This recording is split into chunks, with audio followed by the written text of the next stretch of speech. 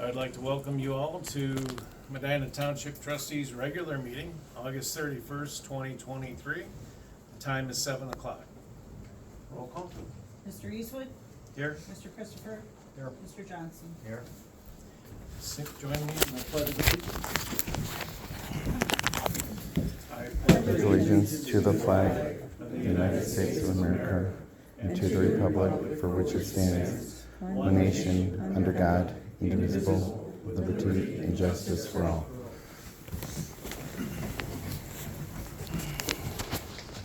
Join me for a moment of silence for our first responders that are at home and abroad.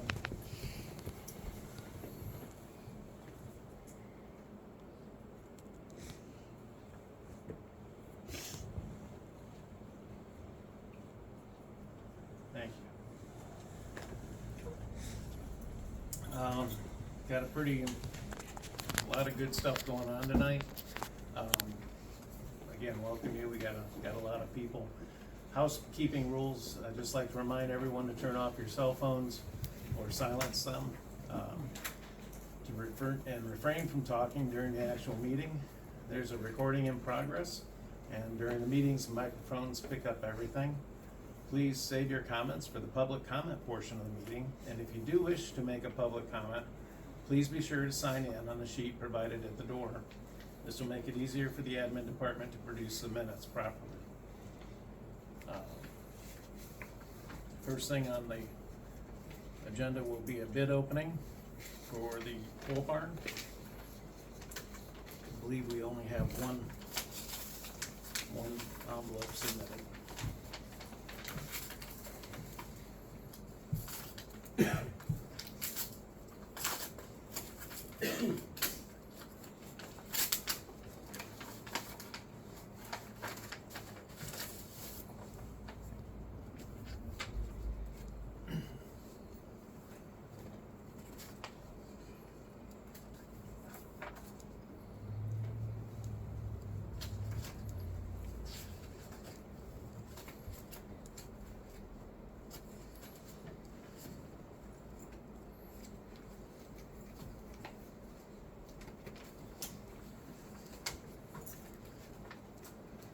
Does not look like the sheet that we have. Maybe I'm just not finding it. Yes. Yes, they really do.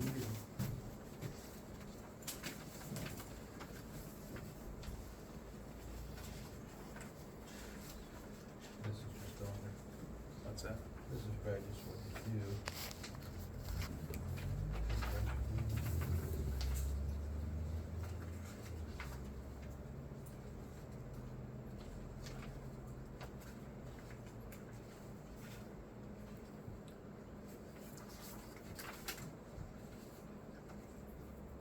That's surrounding $5. We don't have that much of that. I don't know what they.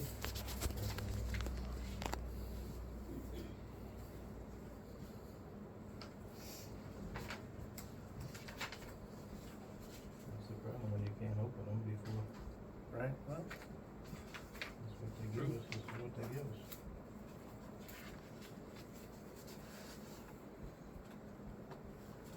there it is. This is the bid sheet we're supposed to be reading off of.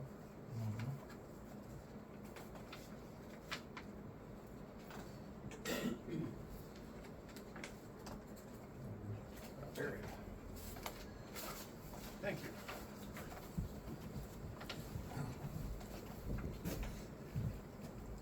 All right. The bid is presented by Avada Contractors.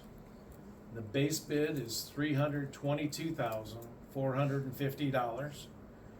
The additional work items, number 5 is the insulation walls, $11,435. Number 6, interior metal on the walls, $23,010. Concrete apron on the west end, $38,330. Garage door openers, $2,745. Grand total of all the items combined, $345,450. $97,970. And these bids will be submitted to the prosecutor for review, and we will see if we can do anything with them. That concludes the bid opening.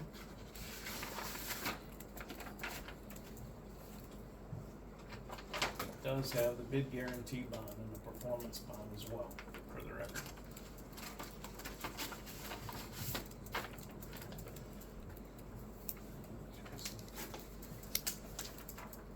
Next item, I'm gonna turn over to our police commissioner.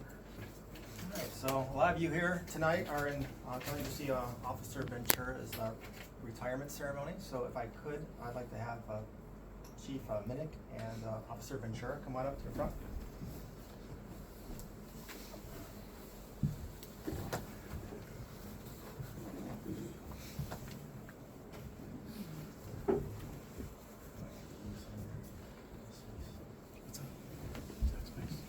I will slide out of the way.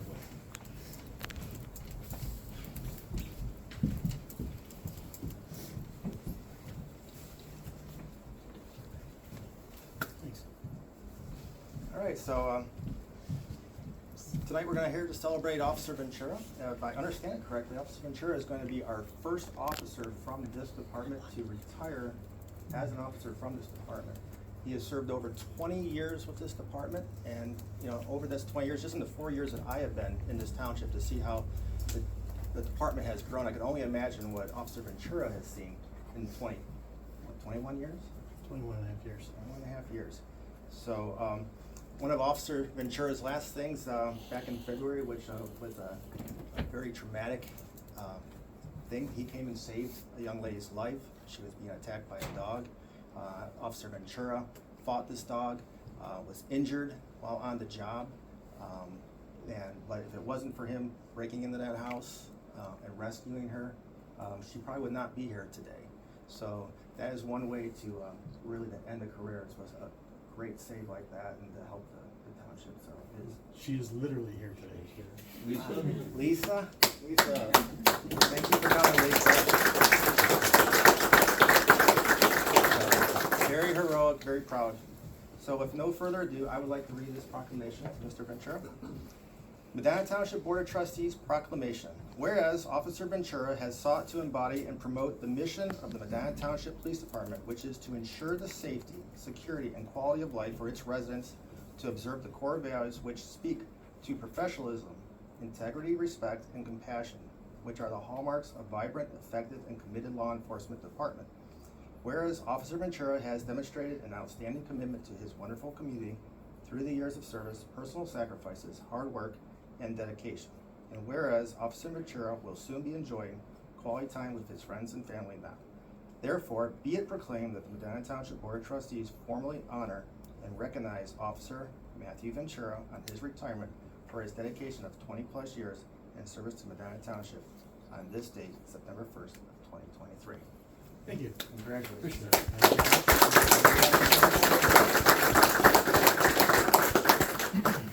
Matt, you have served the Medina Township Police Department with honor, dedication, and selflessness. Now as the day dawns on the next chapter in your life, may God's blessing be upon you as you follow in His way. And may you find joy and peace as He inspires you every day. Congratulations. Thank you. Appreciate it. Speech. I appreciate everybody I worked with, and here's to tomorrow. That's all I got. Nothing further. Thanks. Thank you guys. Appreciate it. Chief, get up there with the picture. Trustees.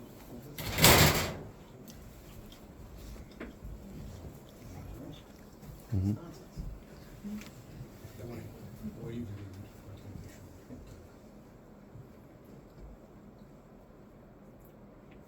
Hold on. Here, let's say it. Just deal with it. Thank you. Appreciate it. I think I'm good to go. Good to go? I appreciate it.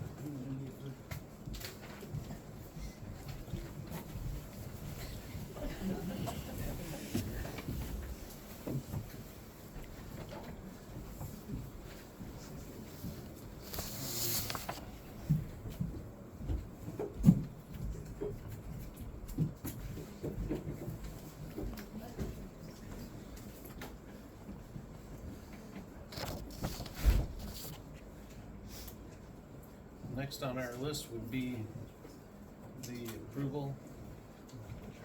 I'm sorry, yes, I apologize. I get one more quick. Hang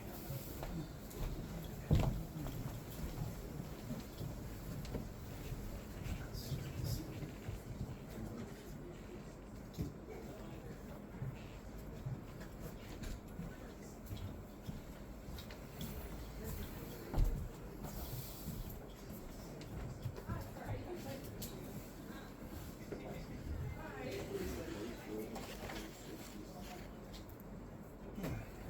Some pretty incredible people.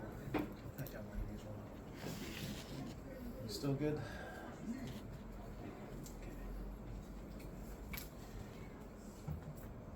I would move to adopt resolution number 0831-2023. Where are we starting? 119. Thank you.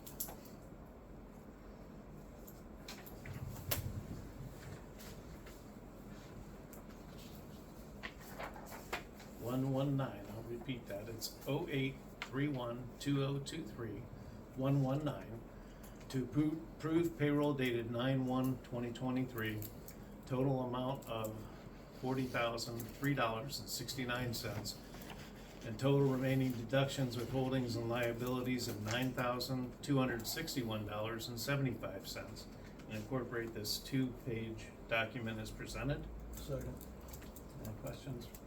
There are concerns, and I did copy the board and Chief Minnick on this.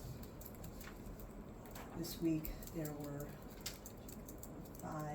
five issues with payroll, issues that could not be resolved this time. These were,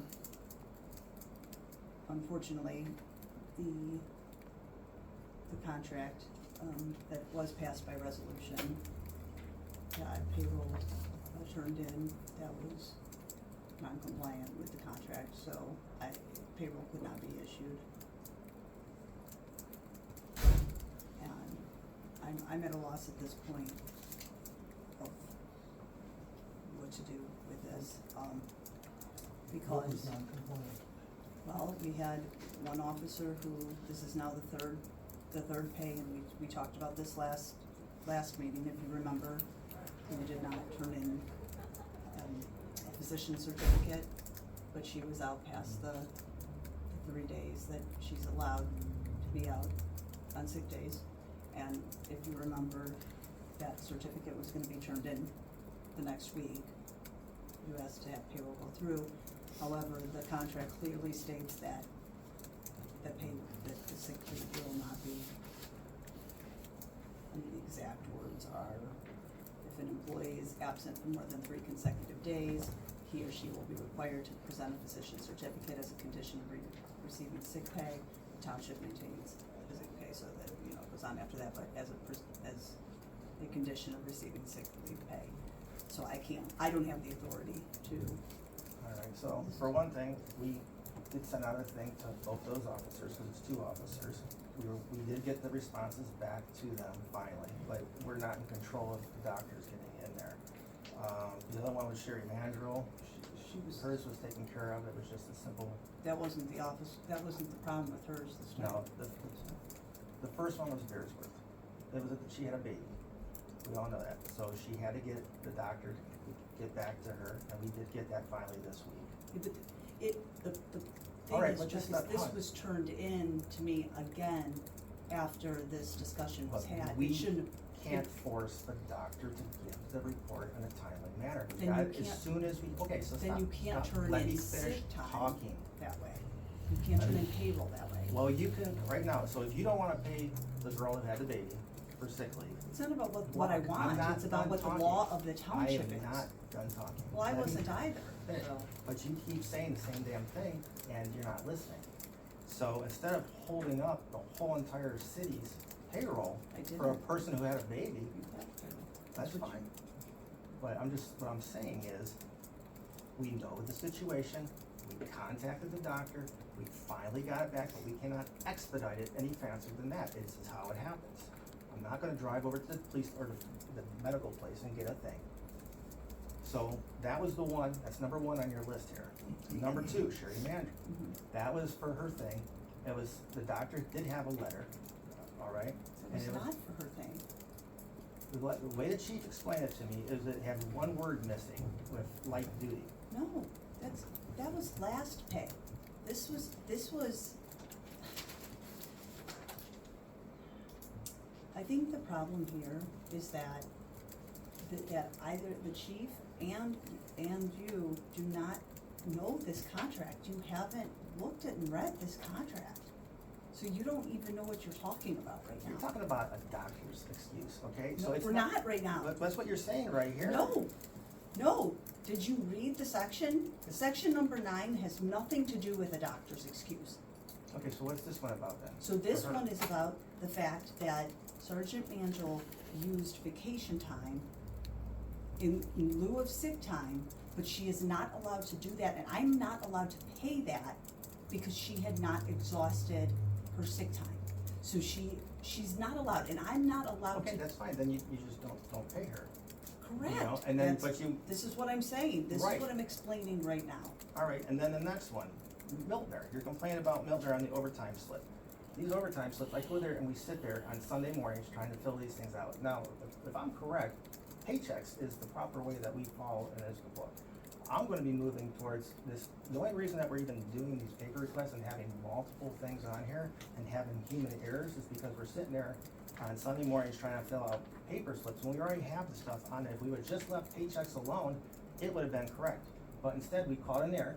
It was written down as 1.12.12, and we realized that it's supposed to be 2.1, but then when we tried to refill it out, it is our mistake.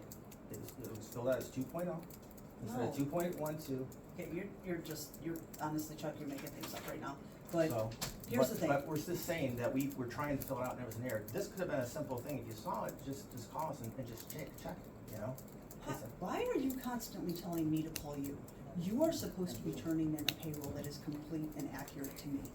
I don't sit there and cross-check every police officer's time and everything else like that. I You know look what, there. who's supposed to be doing that is the chief. And then you are supposed to check payroll for accuracy.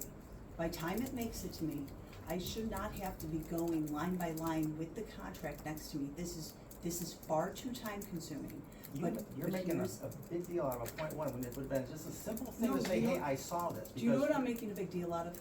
I'm making a big deal out of the fact that we have resolutions, which are the law of the township, correct? And I do not have the authority to process payroll differently than those resolutions are in place.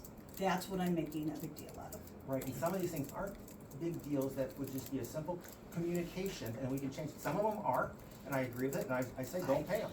But when there's a little one in here and it's a simple communication, it's gonna hold up everything, all I'm asking for is a simple phone call or something like I that. sent an email up.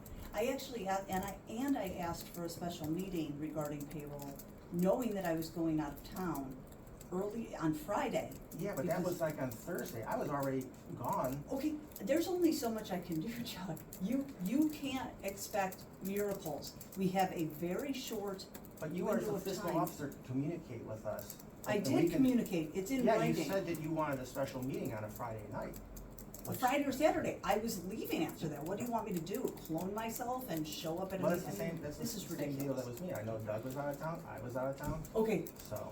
but your job and chief's job is to turn in a complete and accurate payroll so that it can be processed.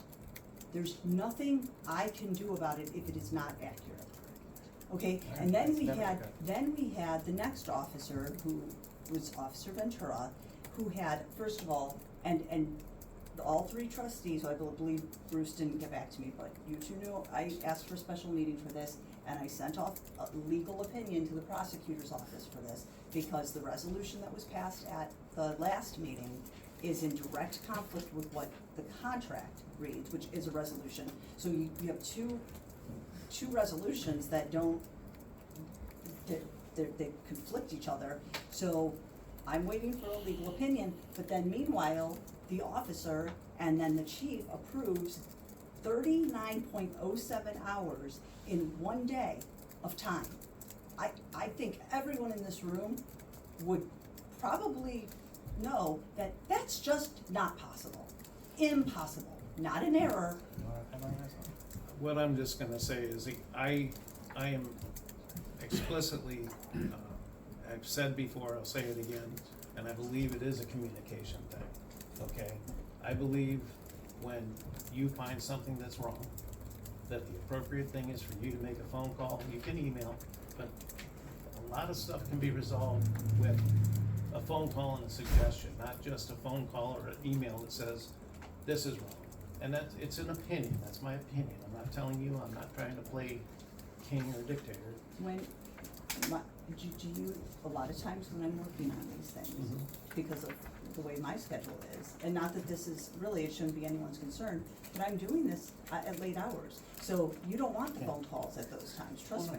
I understand you, so- your timing is challenging to do Correct. this job. So, no, I I do, think it is. the job gets done. And if the job was being done correctly by the people who are put in the place to do the job, Okay. this should never be turned in this way. I hear you, and But- we will continue to, I don't agree on having a lot of stuff turned in wrong. Do you know what, okay? I view this as a training opportunity, actually. What I think needs to happen, because, I mean, you're asking about legal opinion, we have our legal here, we. you don't think turning in 39.07 hours on one day, on one time, one day is 39 wrong? 39 hours is obviously, there's a snafu somewhere, there's no question. Was it intentional? Would anyone be intentionally turning 39 hours in? No, not a chance. Well, but it So- was approved by the Because it was supposed employee. to be 80 that- hours, right? On one day, Chuck, one day. My understanding was there was 39 hours of previously accrued time that you would permit to be used, and all the accrued time that you didn't feel was right, you did not allow to be used. And that was the 39 balance. hours. How is this board wanting to permit that when you know that the contract says that somebody retiring has to cash in that time, and there's specific, especially with sick time, that time should be cashed in at 50 cents on the dollar, and OPERS should not be withheld on that time? This is not to the benefit of the township residents. What we're gonna do is, this is a part of a legal process, okay? So that's where this will be resolved. We're not gonna resolve it here tonight, we're not gonna take any more time to talk about it. Well, turning it in You've with. made your pay- point. Okay, and And turning it in with likewise, payroll sir. isn't, So- so, and then the FTO time was incorrect again. So, that's 5 errors with payroll, which by the way is very consuming. So either, Chuck, I spend the time on the phone going over these errors, or I process payroll for the rest of the township. And so you wanna talk about this job being not working, the hours not working? No, Doug. The hours work, but everybody else should be paid. The people who turn in their payroll correctly deserve to have the time that I have to give as well. Okay. So that's only fair. Oh, I think people should be paid every week, every pay So, period. so as I was saying, I view this as a training opportunity, and since the 3 of you don't want to sit down and learn the contract and teach the contract to the chief, I think I should sit down with the chief and go line by line, and he should learn this contract, because payroll should not be turned in this way. I know, as a board, we've talked before, we're all for training opportunities, you know, and we've had multiple ones here. And if this is something that's gonna be a problem, or how it's being interpreted by different people, and having those people get together to get a common Do a work interpretation session of of it, sorts? we'll do a work session. We've had those before, we can do them again. And I'm all So- for work This is- sessions, so. Okay, your All right, point's let's, made. let's move forward. So you have these that are not on payroll. These need to be rectified. They can go on the next payroll. And Well, I think the Beardsworth one is now rectified, correct? I saw the letter. a doctor's note came through after the fact, but I'm just telling you that's, When you say they're not being paid, are you talking about the 80 hours, or are you talking about overtime, et cetera? there was no overtime, because there were no real hours So on a lot of Are you these. holding back 80 hours then from these people? I just wanna know, Correct. you're holding back. I do not have the authority to pick and choose what goes onto their paycheck. This is gonna be a legal matter, we're not gonna resolve it tonight, and This And this is- conversation is over.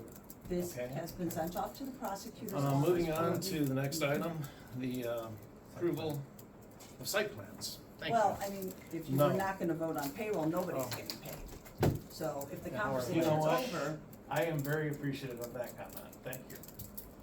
We actually had that open, Too long. looking for a roll call.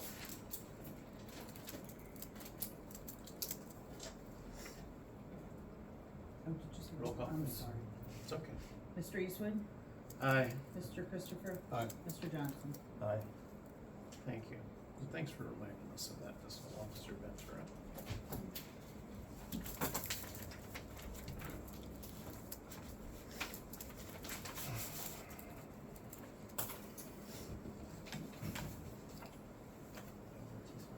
No, we get 2 spots, you're right.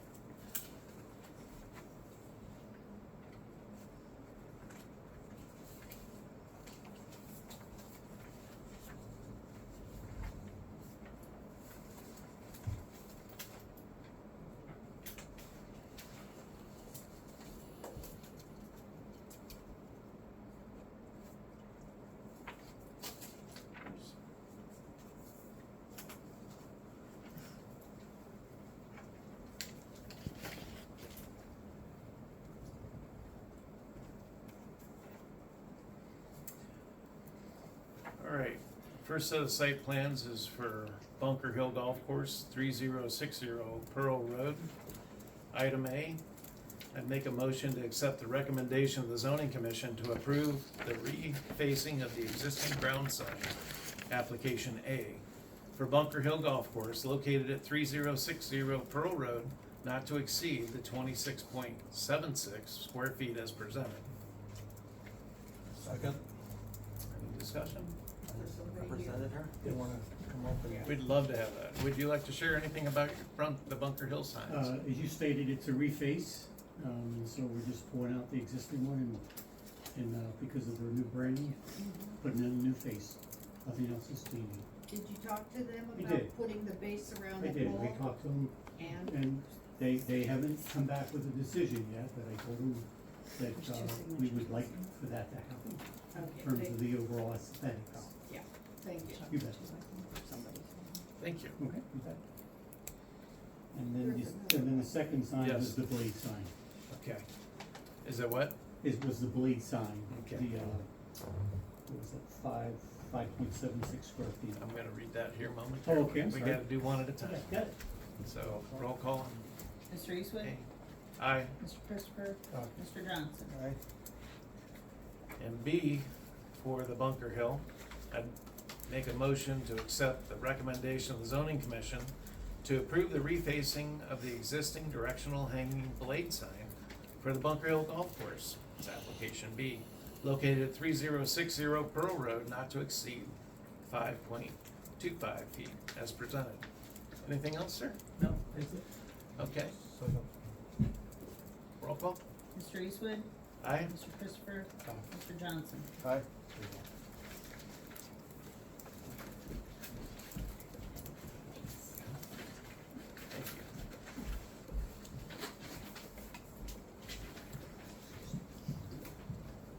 The next set of site plans is Fairfield by Marriott. I'd like to make a motion to accept the recommendation of the zoning commission to approve a wall sign, application A, for Fairfield by Marriott at 3125 East Point Drive, not to exceed 128.1 square feet as presented. Second. Is there anyone from that group? Awesome.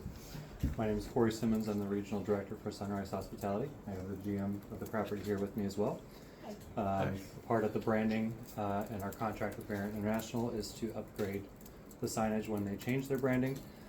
This sign will be about 9 feet shorter, square feet smaller, and we will be removing some signage as well from the property. So I'm sure we'll get to that. Yep, that coming right up. Thank you. We'll do a roll call on that, and then we'll go on to B. Mr. Eastwood? Aye. Mr. Christopher? Aye. Mr. Johnson? Aye. Item B, I'd like to make a motion or recommendation for the zoning to accept,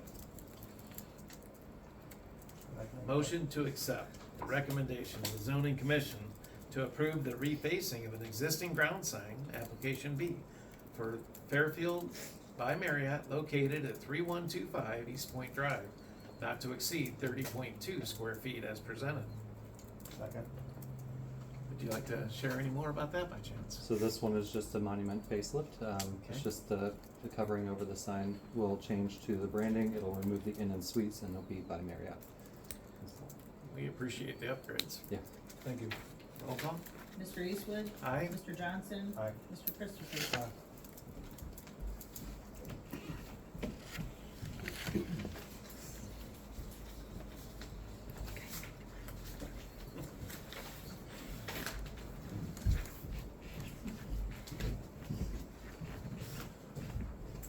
Next one would be, I would motion to accept the recommendation of the zoning commission to approve a change of use, application A, for Route 42 apparel and wraps to be located at 3677 Pearl Road as presented. Second. Sir, Hello? can you tell me a little bit about this, or? About what we're gonna do, or? Yeah. Yeah, we're gonna be doing printing T-shirts, embroidering hats, doing vehicle wraps, making stickers, small signage, and stuff like that. Nice. So you're actually the guy? I am the guy. You are the guy? Yes. Well, welcome here, and Thank you. thank you for the work and the business in the township. Thanks, sir. Glad to be here. Good luck. Yes, Thank you. absolutely. Roll call? Mr. Eastwood? Aye. Mr. Johnson? Aye. Mr. Christopher? And I would like to make a motion to accept the recommendation of the zoning commission to approve the new ground sign, which is application B, for Route 42 apparel and wraps, located at 3677 Pearl Road, and not to exceed 29.64 square feet as presented. Second. So when you say wraps, you're talking like wrapping a vehicle. Yeah, right? not the chicken wrap. We're not doing any kind of. Not the yeah, food, no. Okay. Wrapping the vehicles and bikes and whatever. And where exactly is this 3766? Where? That's right next to the car parts warehouse and Medina Glass. Okay, About a Very quarter good. mile north from Fenn. excellent. Well, we welcome you and good luck with your venture. Thanks, sir. Roll call? Mr. Eastwood? Aye. Mr. Christopher? Aye. Mr. Johnson? Aye.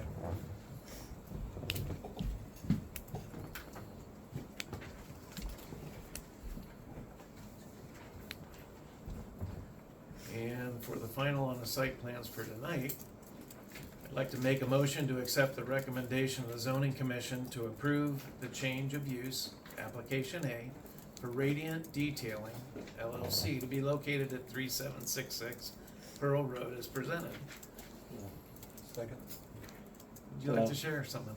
So yeah, we're in the same building located right over there. We do auto, boat, RV detailing, and yeah, we're excited to be at Medina Township. So I'm excited to have you be there. yeah, Do you do engine detailing Ye- also? yes sir. Yep, Okay. yep.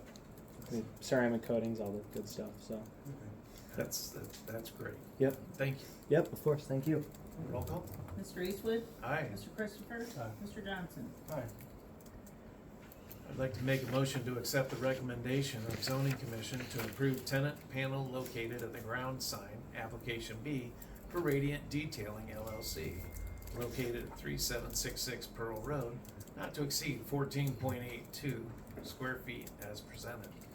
Second. Any more talk? We good? Yeah, thank you. I'm looking forward to Do you visiting. guys have an opening date? Next week. Yes. Okay, I mean, it's gonna be, operating. it's gonna be work in progress. I gotta put all the machines together and everything. no, that's fair. I'm open September 1st, so September come 1st, pay you're us a ready to go. visit. Yep, yep. All right. He has a lot more than me to set up. Roll call? Mr. Eastwood? Aye. Mr. Christopher? Aye. Mr. Johnson? Aye. Thank you guys. Welcome to the neighborhood. Yes.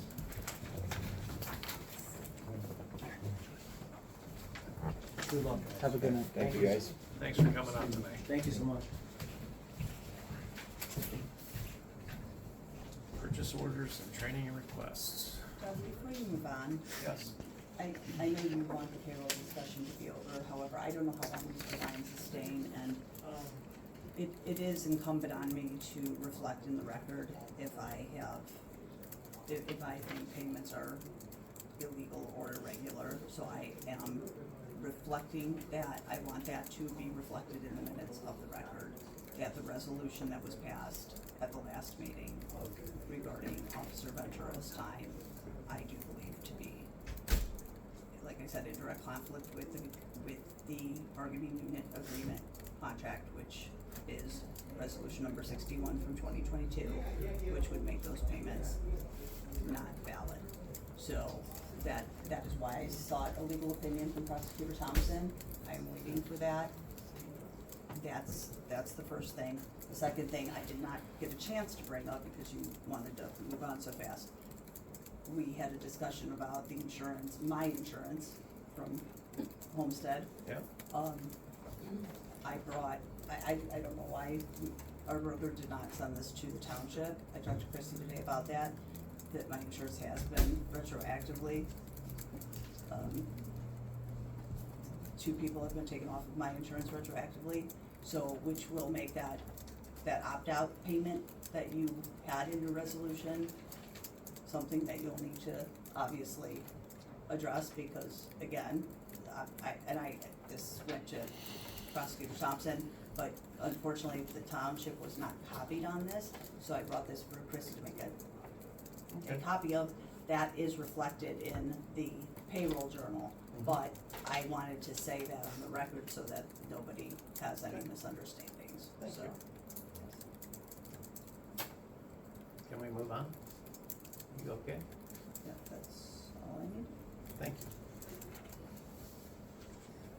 Okay, purchase orders and training requests. I have some down here somewhere. Why don't you go for it? So, I'd like to make a motion for a purchase order request. Department's gonna be police. Vendor is going to be Voyager, and this is gonna be for fuel supplies, and the amount's gonna be $10,000. Second? Any discussion? Roll call. Mr. Johnson? Aye. Mr. Eastwood? Aye. Mr. Christopher? Aye.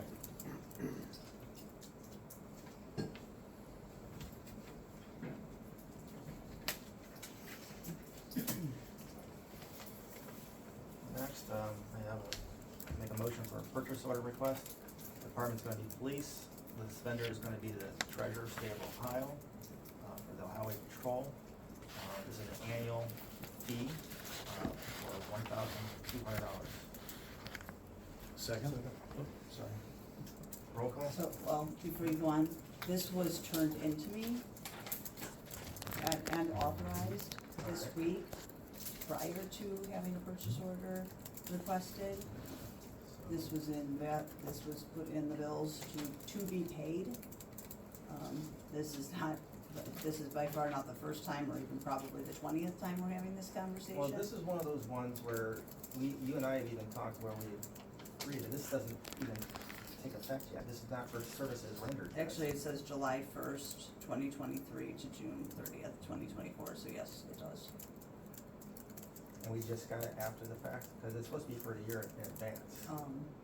I can't speak to Yeah, the how chief- they the bill. Chief is not here, so I won't be able But- to answer that question on this one. Okay, but again. He had it's- just told me that it was for next year, or Okay, I mean, you can Through see the bill, 2024. but, it started July 1st, so this is problematic, there's a couple of reasons, the dates, so, and this is why I thought it was so important to, that audit decision.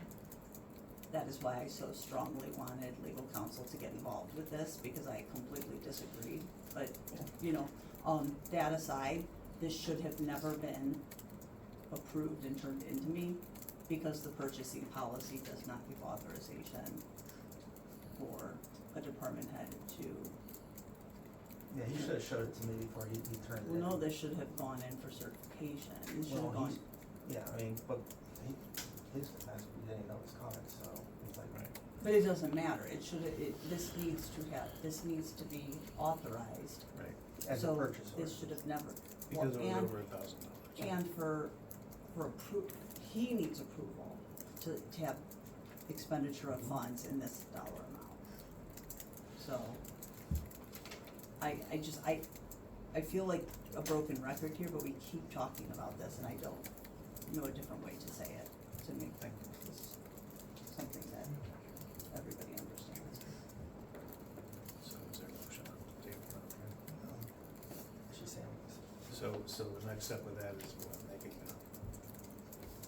I don't know, because this is again something that, like I said, we've never had before this last audit, this would never have been a problem. And so he put it in for payment, it can't be made for payment because it's over the spending limit. So can we make a purchase order for that amount? well, normally you could, but now because the date, Isn't that the first quarter? well, correct, but because the dates now, you know, like again, I would argue, the outside auditing firm that I contacted that has done our audits before, that when I read them, what this other outside auditing firm came up with, they said absolutely not, because this is a contracted payment, and that in itself would be the equivalent of a purchase order, and really then all the department head would be the authorization to spend over the required amount. But obviously, you said legal counsel didn't wanna get involved. I think this is absolutely ridiculous. So the bill needs to be paid, we all agree on that, correct? I agree on that, it's just Okay. how you go from point A to point. So D. if it would either be, I mean, it's gonna be like the gateway thing, at this point, you're past the date. No, No, this it's is not a not. gateway thing. So what happened is on that last audit, and there was a lot of other purchases, or bills just like this. Mhm. They come, you know, and they deemed us on one of them. Right. You know, not all of them, Right. just one. Dinged us, But the meaning made a problem- comment. Yeah, made a It didn't comment about cost it. us any money. No, But nothing. it is a ding, Yeah. it is a ding, But- Doug, and you know what's but gonna the problem happen, is- because of that, we're now gonna not qualify for an AUP, and our audit's gonna double because of that ding, so, our audit cost, so, I mean, it's a big But deal. the township almost can't function with that type of, you know, the way we're looking at it like this, though. You know what I mean? Because a lot of these come in, you know, you don't know what they're gonna be, you don't know when they're gonna come in. And then you know what's gonna happen is, the next time, if we start issuing then and nows right and left, Mhm. then we're gonna get dinged on that. So this is not a situation, we should have gone back and said no. This is like, first of all, look at all these payments that you didn't, they pulled samples, Mhm. and they did not have the same findings for the exact same set of circumstances. But again, there's only like one out of like how many? I mean, a Oh, lot. they pulled 20 samples Yeah, per so year. So their conversation to me was not, it was acknowledge them, but it was not a critical thing, it was Right. just an acknowledgement, it wasn't, you're making it out like it's horrible, and that's not how they made it out to me. I mean, So- horrible to me is somebody dying. I'm not saying it's horrible, what I'm saying is that I talked to local government services about this, and the bottom line is that a ding, even though a township isn't financially penalized from a ding on an audit, they then do not qualify for the agreed upon procedures the next time, which is usually a half to a third of the cost of a full audit, which that is a financial penalty. So, I mean, it is a big deal. Or, you wanna use the word horrible, I mean, No, I mean, it's just the horrible's way it's relative. acting, But again, out of 20-some things, we were, one thing was brought up. The problem is now because of that one thing, it's messing up everything else that comes in, because now we're trying to figure out how to create something that you don't even know what it is until you get it. So, Right. How do you solve that problem? Correct, and you don't solve the problem by, you know, the auditor's office, I mean, we can have different opinions on then and nows, right? Obviously, I'm a little bit stricter than you'd like me to be, but we don't issue them at the drop of a hat, and that's what's gonna start happening when we get invoices like this, so I mean, that's not the answer. I will definitely, look to you for a way to pay that, and if we have to pay it, then if you come up with something that would be plausible, then we're all in. If you don't come up with anything, we'll find some other way to pay it. Well, the only way that we've come up with something that worked in the past is I've contacted these people and tell them that, hey, can you give us a quote first and let us Right. know it's coming, and then give us an invoice, because until you give us the quote part, we don't know what to even. Well, So is that something that you I can do? think But it's up to you wanna take this one by one, but we have another one tonight, Doug, that's soil and outreach. I think I have a way that this may work, this one in particular. Okay. But not for the soil and outreach, I don't think. So the problem is this is going to keep happening. So if we keep kicking this, we're gonna keep having the same conversation. So, you know, So if you got a way to fix it, that would be wonderful then. but only for, I mean, it's not gonna keep being fixed, because the thing is we have a little bit of extra money on a blanket, but, I mean, with the understanding that, Chuck, you're going to have to talk to the chief and remind him that this purchasing policy, he cannot keep doing this. He's got to remember that even though, even if he has encumbered money, he can't, that doesn't give him the authority to spend over that $1,000 threshold. So he can't just, you know, that's not the authority he has. Now, I will have to double check, but I'm fairly certain, because I looked at the beginning of the week, and I'm fairly certain that we can cover it. So I will let you know. But that being said, that's not going to be the case with all the, you know, we just don't, we can't do that, and this is something that needs to be fixed, because the township we cannot keep putting ourselves in jeopardy like this. And the ones that have come in the past, I have been able to reach out, and they've kind of cooperated with us. I know the city did it for us, you know, the hazmat and stuff like that, so this would be another one that we might wanna reach out to and say the next time, hey, give us a warning email with what the price is gonna be, just so that we can do the, you know, appropriation correctly. I'm not sure why, I mean, this is the thing, I don't know why legal didn't wanna get involved and have and really have our backs on us, because it was wrong, period end. So, I'm a little unclear on why. All right, now, Alright, so let's just, guess we'll pass this one then, and. see Yeah, what you're you gonna got. have to pay, I'll have, cause like I said, I'll have to look when I'm in the system, so okay, I'll let you know. Alright, so roll call. So you'll wanna withdraw the motion, or, I mean, you can give him approval to spend. We didn't vote on So we'll do an approval to spend. Yeah, and $1,200. if the money's appropriated, if it's not, I'm gonna, I'll look and see if there's anything I can do, or if not, you're gonna have to call and see if they'll reissue it, but I don't think, the problem was, I don't think, Chuck, on this one, I don't think they're gonna be able to, because the service period ended June 30th of 2023, so who's gonna pay for that time, that gap in between? Well, see what you can do then, Yeah. so. okay, I'll so let you- is that, I'll is let you that know. set, or does it, what do we do with that? Yeah, leads is a set time frame, you know? So let's make a motion to approve the payment, or, you know, the fee of $1,200 to be paid to Leeds. So I make that motion first. We gotta withdraw your other one. Alright. So I'll withdraw the purchase order request for Leeds, or for the treasurer, state of Ohio, Ohio Highway Patrol.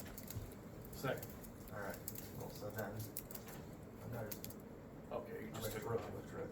Thank you. So then the next one is, I'd like to make a motion to approve purchase of this service. It's an annual service every year that we have as part of, you know, police department thing, so. Second.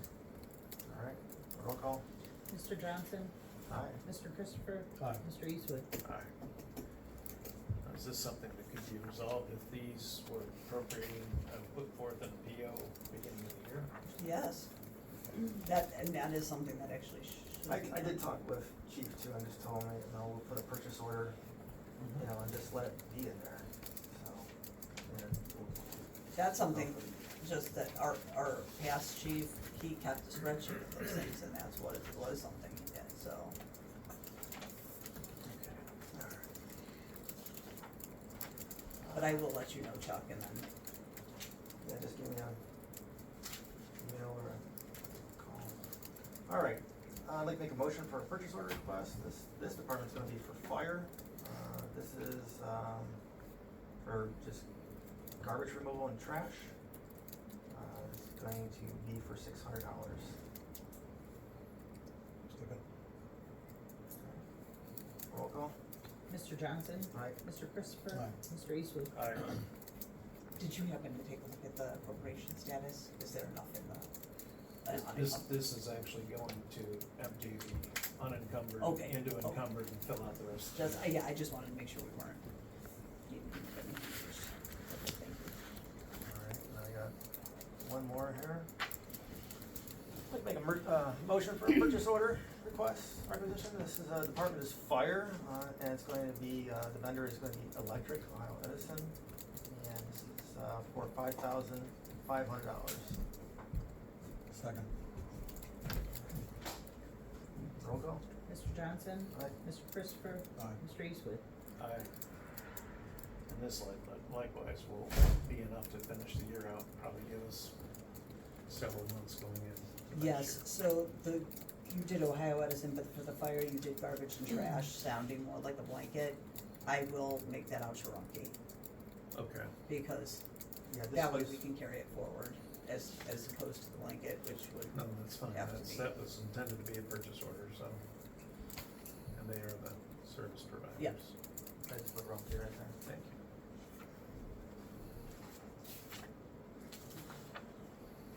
Alright, and I do have a trainer request also, since we're on it.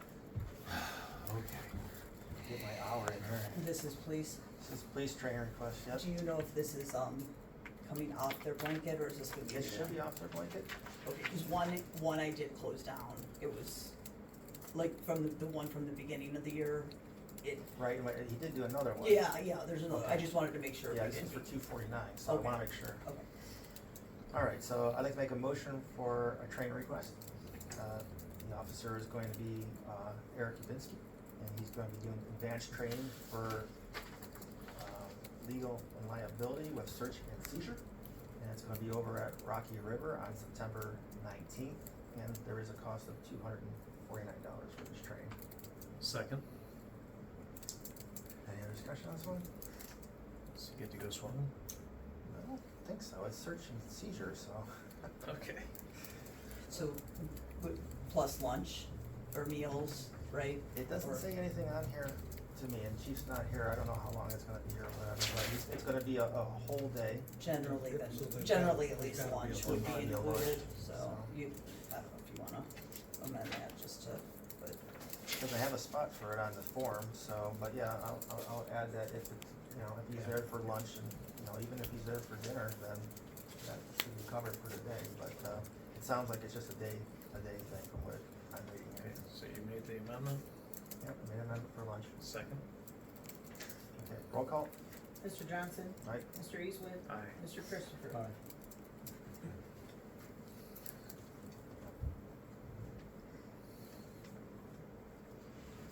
Anything else? I think you already passed the others. All right. You good for that for now? I'm very, Mr. Christopher? I'd like to make a motion to accept a Medina Township purchase order requisition dated 8/31/23. This is for the administration. It's for, the vendor is Medina County Soil and Water Conservation. This is the 2023 conservation appropriation in the amount of $3,969. A second? so this was the other one that was turned in, I think, yeah, I don't know, it was Mark Chuck, but I think that may be because last year you signed it, but Last year, it yeah. really was it's Bruce's the same department. scenario as the other But one. this is the same thing, Yeah. yeah, I mean, This so- one, I'm sure we could probably contact them and just ask Yep. them to email us a price and then reissue. Well, so this one, actually,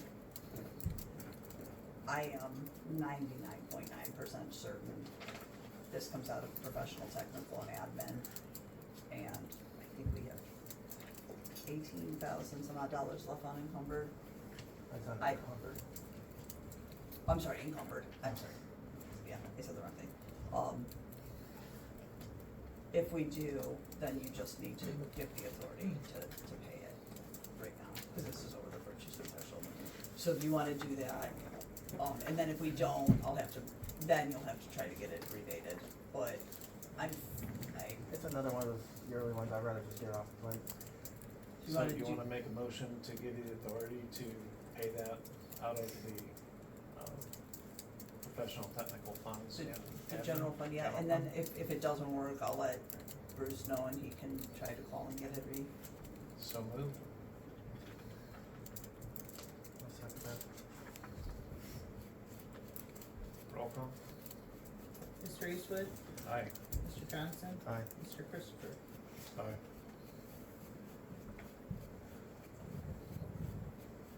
Think well. Yeah, I just ask that, pay, like I said, not familiar, if you don't know, familiarize yourselves with that purchasing policy. When I'm putting these into the system, I don't always remember every purchase order that's been issued, so it's until they're in there, and it takes some time to get them into the system, so then they just have to be deleted out, and it's time consuming, so I just, please understand, go back over them if you forget, and, follow the procedures so that we're not, going over this at every meeting, please. Thank you. Hey Doug, Sir. before you move off the purchase orders, I got a question for Angela. Can we use permissive motor vehicle license tax money? Have we, or? Can we use that for concrete repairs? Yeah, there's a approval of site, I think improvement of sites is the only thing I There is, have. I have $130,000 in that. Is that I what the was gonna fund- use it for ARPA, I was gonna use ARPA money for it, Yeah, but it's not there now, so why isn't it there? if we can just use this. Wait, but why isn't the ARPA money, It's that's there, what we it's not, budgeted. it's not in the line, because we have, the purchase order that was used in the, We're set in stone. set in stone, Okay. was overstated than what we actually ended up having to pay. Okay, And so we haven't done anything to Back that adjust money that. well, we amount. have, I think this was. I have $130,000 there, we can use that money elsewhere. Yeah, it's not like we that got would be till, a problem. we got till 2025 or whatever, to use it, right? So, and I have $130,000 there for Well, that. do you, you have 130, is that what's in the fund, or is that just what we appropriated though? Yeah, but you have to look what's in the fund. There's a fund status report, that you're gonna be coming to, Doug, with the bank rec. It doesn't include August, obviously, because the month's not over, but that's your final appropriation, Denny. Yeah. That doesn't mean that we've actually collected that much though, so let's see what's. Hey Denny, what's that permissive motor vehicle? 2231. 2231. Okay. Fund balance is 98,000 plus, So, so, It's 42,000, I got 42 on there for purchase orders. yeah. so is everything here that I can, do you wanna use? I gotta note that, you already got that here, right? Yeah, that number, that's the right number. Yep. 760-730? Yep. Okay. So, I would like to make a are we all good? Yeah, go ahead, we'll figure it out. I'd like a motion to approve a purchase order dated 8/31 of 2023, Department of Service. Vendor is Cardinal Cement and Excavating. Description is concrete repair, replacement various roads, according to the attached sheet. It'll be coming from 2231-760-730-0000, and the amount is $42,000. Second. Any other discussion? Roll call? Mr. Eastwood? Aye. Mr. Johnson? Aye. Mr. Christopher? Hey Denny, thank you for thinking outside of the box there. I did get 3 quotes on all that concrete. 2 of them was right around 48,000. This one's actually about 36,000. I just inflated it a little bit just to get the numbers. And we're okay with those, cause I know when we started the year with the budget, or the permanent budget at least, we were factoring on using that money into some of the road projects. Are we okay Oh, yeah. doing that? Okay. Thanks. And again, just a reminder, I don't know if you're done with purchase orders, but I'll just throw this out here now. Just a reminder to wait until you get I know it says it at the bottom of the forms, but I don't know if anyone ever reads these. Just wait till they come back, or I said, I've been texting Denny, or Chief, just if they need them in a hurry, but wait till these, the actual certifications on the UAN papers, the ones that you signed tonight, that I brought back. About how long does that take? I mean, it depends on it depends how backed up I am, and, unfortunately, the more that we have issues with the things that we talked about tonight, the longer, there's things that, obviously payroll is a priority, and I wanna get bank recs done and receipts posted, things like that, but, I try to get to them as quickly as possible, but, there are things that have to take priority. Usually if there's something that I know is an urgent kind of thing, I try to get to it faster than not, but, I don't want anyone going and spending money in case there is a problem there. If there's, if I come into something like that, money does have to be moved for something, I don't, He can engage with people, not. I can get on your schedule. Yeah, Yeah. just don't, Just trying no to- expenditures until we. Yeah, 'cause I just gotta let them know to get on your schedule, so. Yeah, Okay. Any other purchase orders or training costs? I'd like to move on to the approval accounts payable resolution.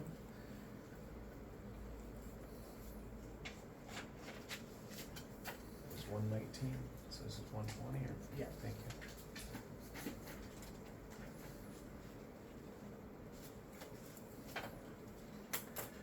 I would move to adopt resolution number 0831-2023-120 to approve the accounts payable dated 8/20/2023 through 8/31/2023 with digital check number 42-2023 to 45-2023 and physical check numbers 330002 to 33017 for a total amount of $132,000, $132,789.38, and incorporate this one-page document as presented.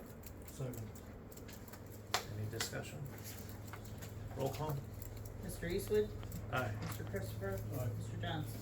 Aye. there were a couple other invoices turned in, and I'm waiting for an answer also on this, just so you know, on the, from Prosecutor Thompson. But I just wanna make you aware, I don't know if you've read your emails, and they were from one was from the award tonight, actually, and then there's something else that I guess a retired officer has to carry around as a card. The problem being is that we didn't have an appropriate line item for those. I went through the UAN manual top to bottom, and I don't know what we can charge that for, and it wasn't brought to the trustees prior to, not immediately, it wasn't approved prior to the ordering of those. So that award and then this ID card that, I don't know why, I don't know why it has to be carried after the fact, but I guess that's neither here nor there. There's a signature missing there. So I'm just letting you know, I'm holding off on it, cause I just don't know what. Okay, now they were put to a professional technical line, correct? Yeah, but that's not a professional technical service, it's like, it's an I item, look at the you know. definition, it's very gray, because they're considering professional service something that you're offering your expertise by your education, but not Okay. product. But the other thing is, if we wanted to, we do have employee recognition fund that we could pay out of the general fund, because it is an employee recognition. Yeah. To do that, we have $500 in there. I don't think it costs us more than $500 for a card. That would be very appropriate. Well, I I mean- personally thought that I thought the professional the technical professional was- technical Cause works, it's, so I consider what I do professional, but I would call apparently- you professional. Yeah. so. I don't, you'd have to go on and read the UAN language on that, Well, or, I went and read the exact definition of what a professional service is, so if you wanna dot the I and cross the T, is the person who's creating the award, a professional service. But that being said, if we couldn't take it out of that line item, we do have the employee recognition line item. That's Cause I have 500 encumbered in. well, right, but why would you use the general fund for something when you're bringing in, Because we we've don't talked have a about this. fund for employee recognition in the police department, and it's a general fund. You can use it for everything. Well, It solves the problem, yeah, and, you're dipping into that general fund but over it's and all, over when you. but how much is that It's fund? $100. Yeah, I don't think it's gonna be, I mean, we literally, I mean, he's an employee. Okay, well, again, this is something that should have come to the board prior to this is something that should have been I decided even so said that. like the $1,000 minimum coming for the board for approval. I don't think $100 thing should be nickel and dime with you. What, it's actually more the fact that gifts to employees should be, a decision should be made by the board. It's not something that a department I mean, head. I knew about it as the. Well, again, I think we should probably look into that further. I And would think the I have department a- heads I have would a, have that. And I would think a department head could issue an award and we would You'd give it have- our blessing. I think if So. you just type in Google, Yeah. and you'll see that that's not the case, so. Well, I could, okay, I definitely think that no matter what, the general fund Employee recognition would be. can be used, so if you need us to authorize. No, well, use- I don't, I'll have to look, because if there wasn't encumbered money, then you can't do that anyway. I have 500 encumbered in there. Okay. So, I did that ahead of time. I just, Because I mean, I've been trying and I'm needing to recognize our hard work that our employees do. and That's this is- something we've talked about all Right. year. Yeah, and I wanna spend, So- I wanna do more recognition. Right. All right, All right, we'll wait, like I said, I'll wait and see if Prosecutor Thompson comes back with, what the stipulations on that are, so. Why don't you make a motion to pay it from the general fund, employee recognition? okay, yes, because I mean, go for it.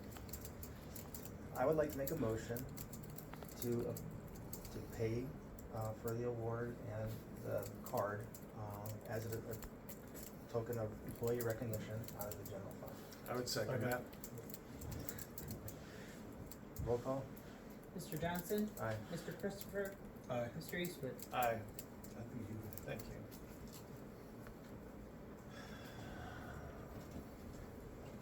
All right. Approval of the July bank rec. I would move to adopt resolution number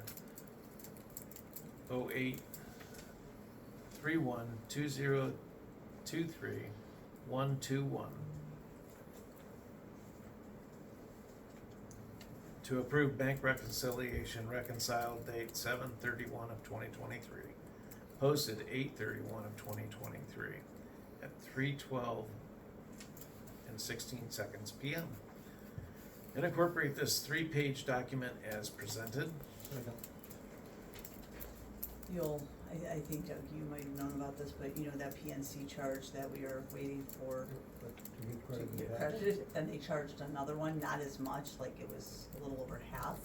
So I went to the bank again,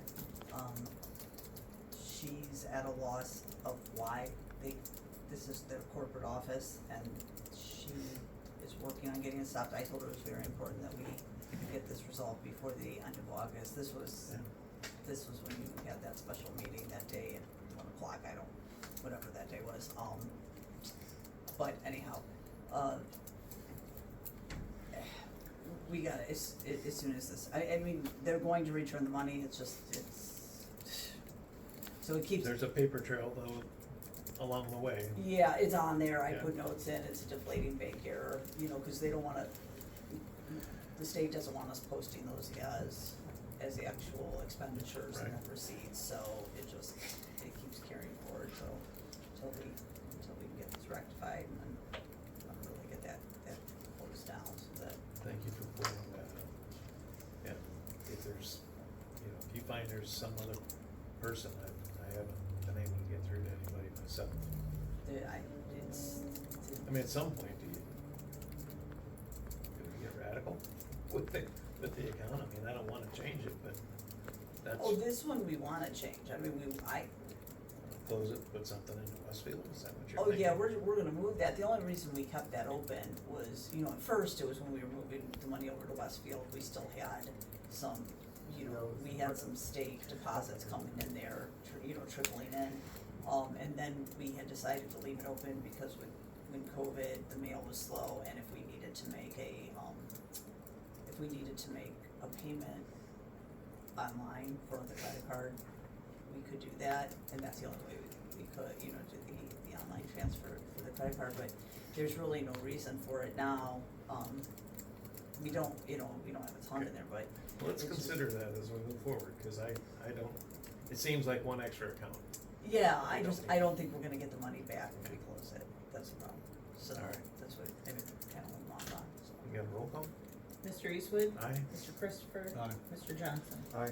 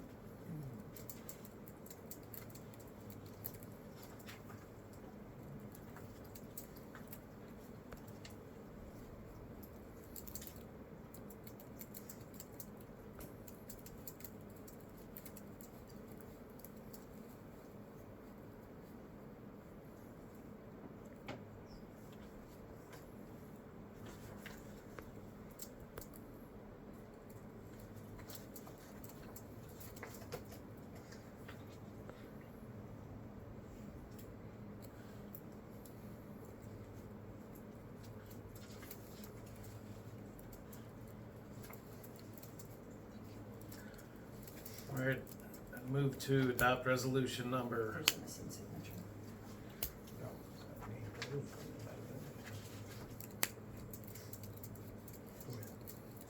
Move to adopt resolution number 0831-2023-122 to approve the fund status set as of 7/31/2023 and incorporate this one-page document as presented. Second. Roll call? Mr. Eastwood? Aye. Mr. Christopher? Aye. Mr. Johnson? Aye.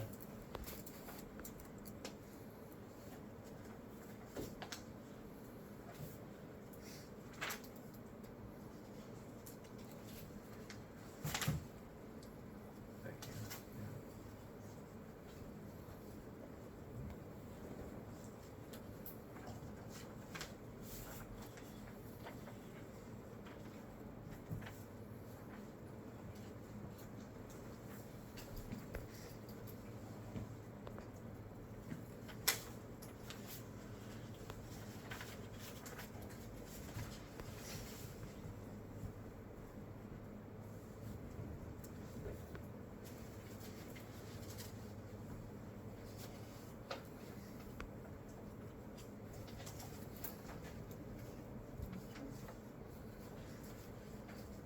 I'd move to adopt resolution number 0831-2023-123 to approve the revenue status by fund as of 7/31/2023 and incorporate this 7-page document as presented. Second. Any discussion? Roll call? Mr. Eastwood? Aye. Mr. Christopher? Aye. Mr. Johnson? Aye.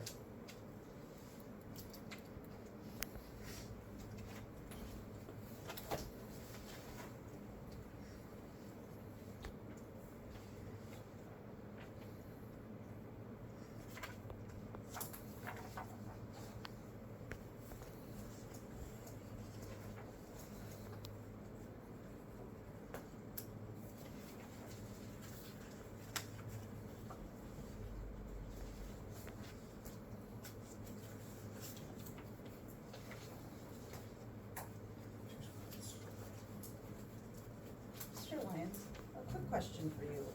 When the trustees set up the employee recognition, account, it was Attorney Richter who had walked us through that, and he had advised that purchases had to be authorized before the board prior to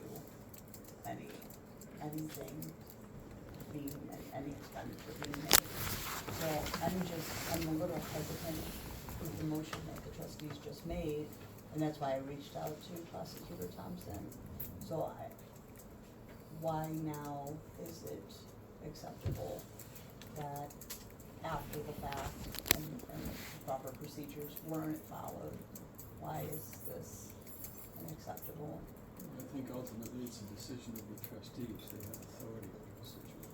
So it's clear that they have no problem with the purchase, and I don't think there's any legal prohibition against them ratifying that action.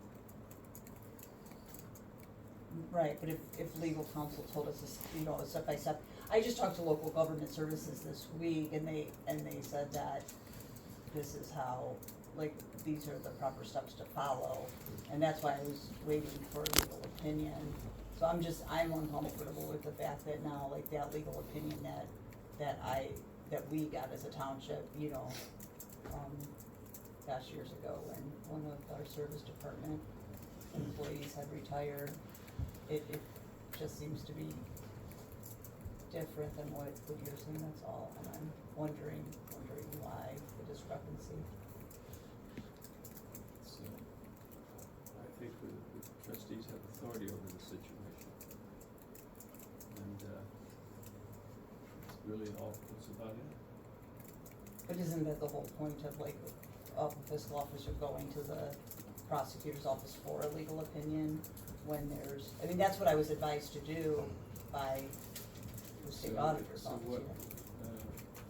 I understand. So, I don't know what more to say. All right, I think he's providing an opinion, and,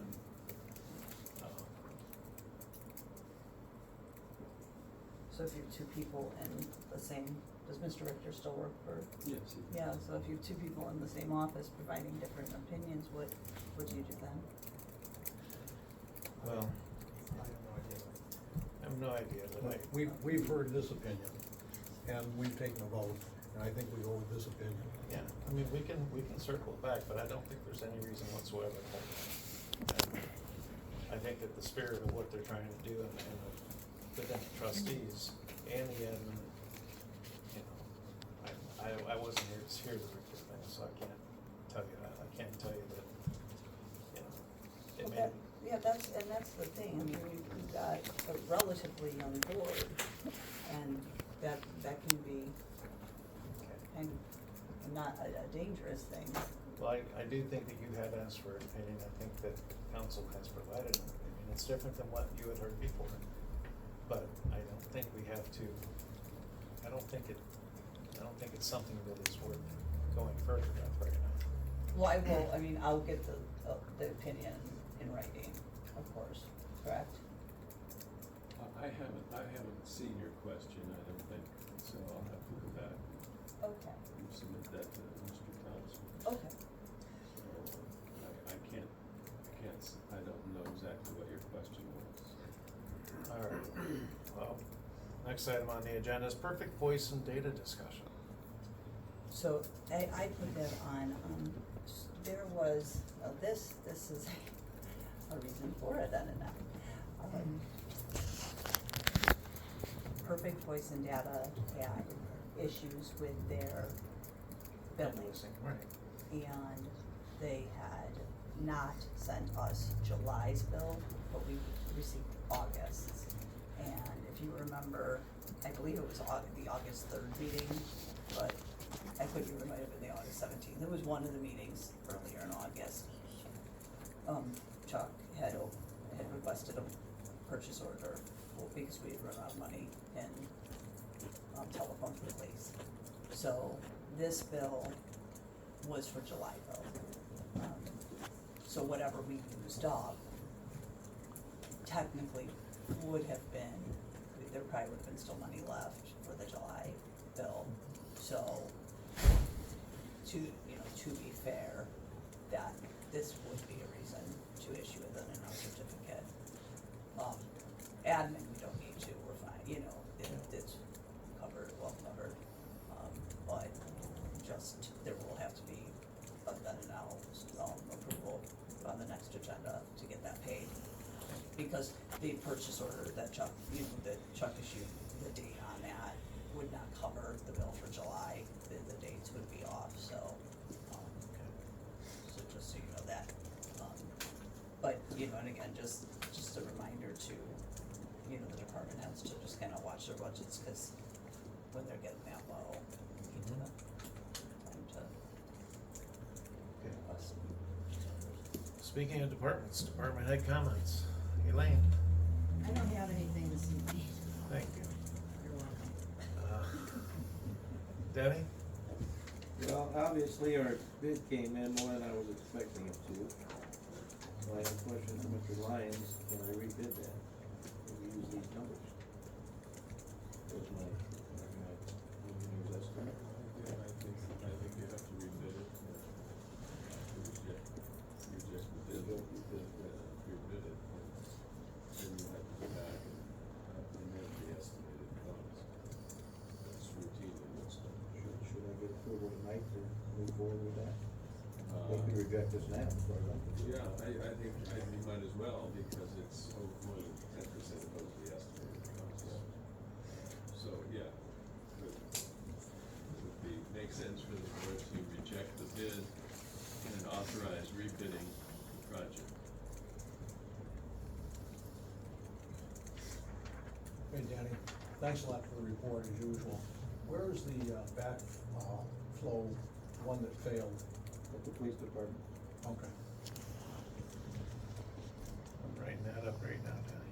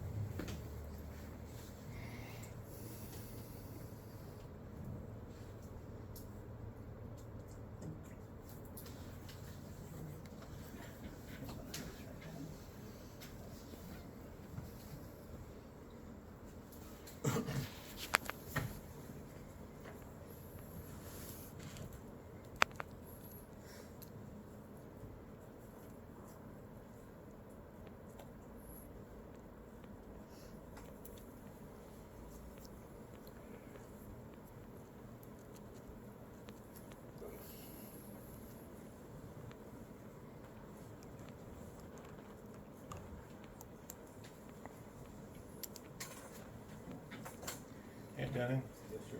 How about if I, when I'm making the motion, put it back out to bid, make it motion for you to put it back out to bid as per the recommendation of the prosecutor?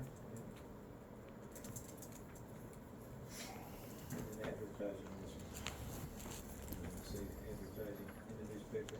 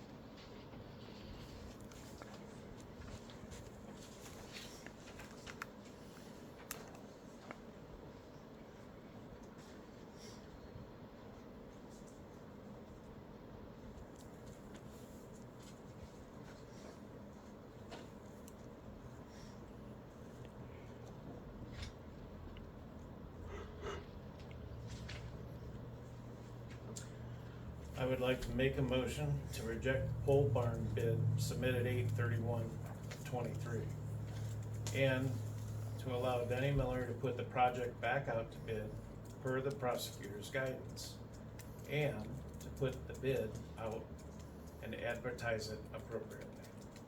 Second. Thank you. Roll call. Mr. Eastwood? Aye. Mr. Christopher? And Mr. Johnson? Aye. Are you good on advertising when you still Penny? Should be good. One other thing, Doug, is, you guys might have got notice also, Baghdad Road's gonna be closed, starting September 11th and September 12th. Between Winnet and Hood. The county's gonna come in and resurface the, bridge, water sealer. So nobody's gonna be able to drive. Got bridges all over the county for going out. That'd be kind of challenging, but pick the holiday weekend, right, to do that? And that's the 11th and 12th. You might wanna make a motion just to allow them to do it, just to cover our Okay. bases there also. For Medina County schools back there.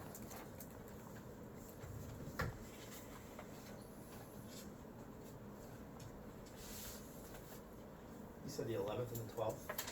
That's the date they gave us.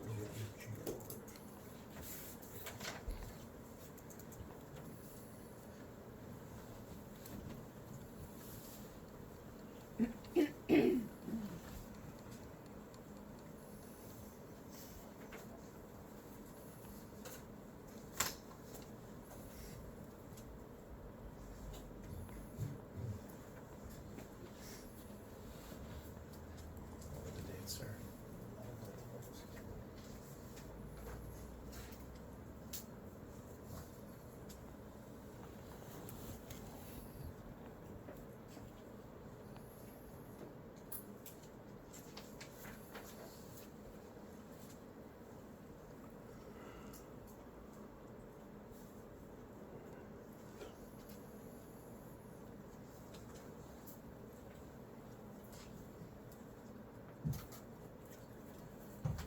I'd like to make a motion to allow the county to close Baghdad Road from September 11th to September 12th for the purpose of resurfacing the bridge. Second. Roll call. Mr. Eastwood? Aye. Mr. Christopher? Aye. Mr. Johnson?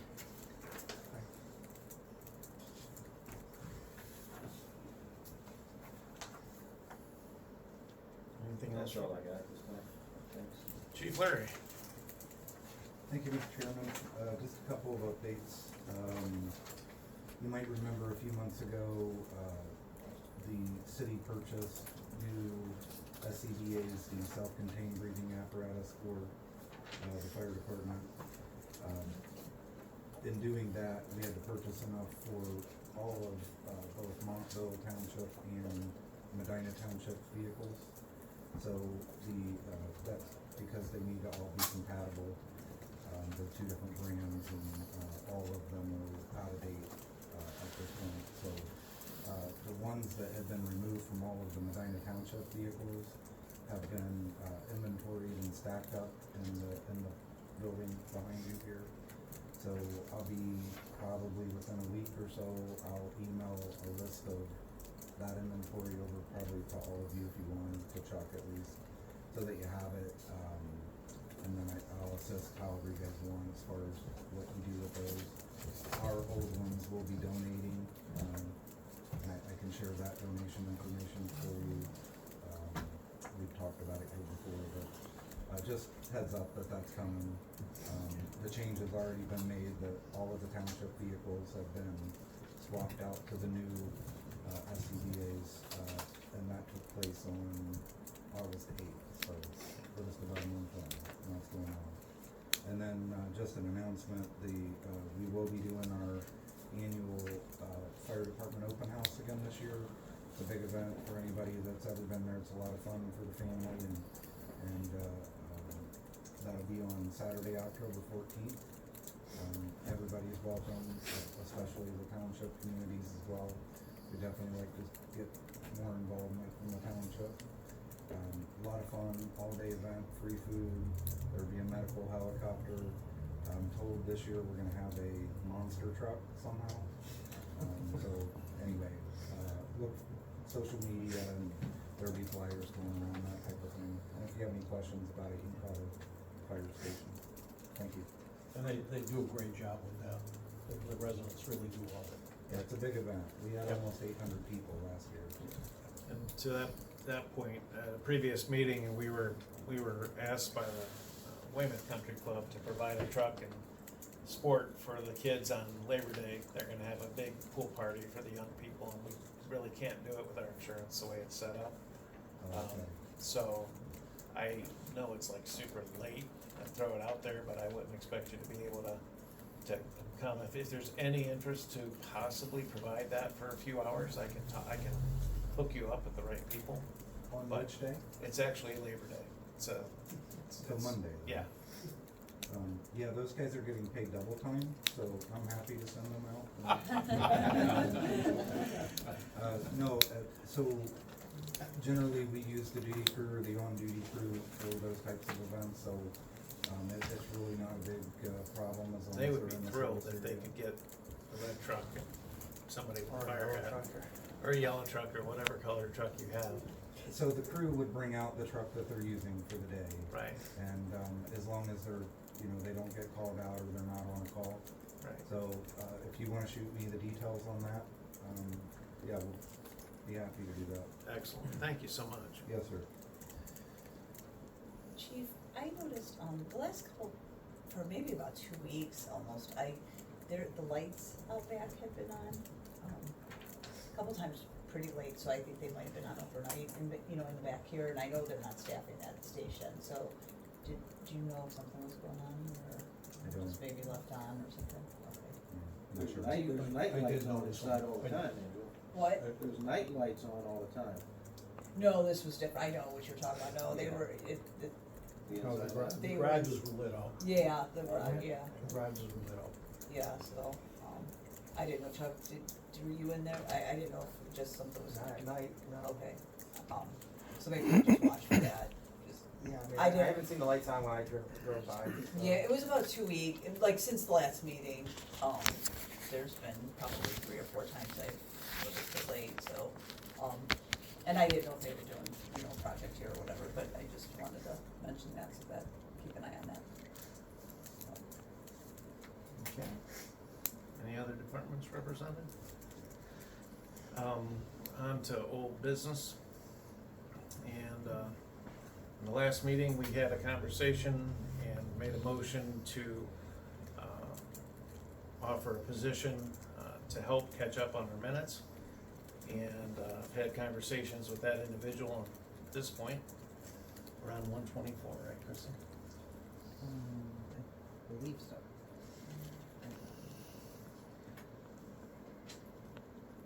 Yes. Thank you. Whereas on August 31st, 2023, the Board of Trustees, Medina Township Board, adopt Resolution 08312023-124 to hire Kim Ferens as a vendor. Kim Ferens is being hired to produce the Medina Township Board of Trustee meeting minutes from December 2022 to the present time in order to bring trustee minutes current and up to date. These minutes will be done in a summary format and are not intended to be word for word. This vendor position will be permitted to work up to 20 hours per week. As a vendor, Kim Ferens will not be participating in an employee or on the paycheck payroll system of Medina Township. The vendor position's start date will be September 5th, 2023. And the vendor position will be $20 per hour. Any conversation? No, it's just tedious. Second. Yeah. Not a second, yeah. Did you look into if Kim needs bonding or? Absolutely. We're all good. So, got that So from 2 the- different places, so. So Kim will not use the minute, block format. what? She won't use the block format that we've been accustomed to. It'll be similar to like what she does for the For the zoning.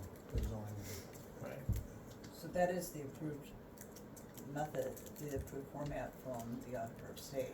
I hear you. It's an approved method, but it's not something universally used by everybody, so. We need these caught up, and that's our best way to get from where we're at to where we need to be. So, And it's gonna be a summer. so I don't understand, so you can't tell her what you want her to use?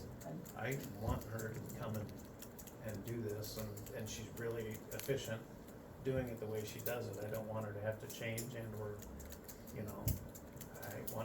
so no, I'm not interested in telling her to change. Okay? Wow. Do we have did we get a second? Can I have a roll call? Mr. Eastwood? Aye. Mr. Christopher? Aye. Mr. Johnson? Aye.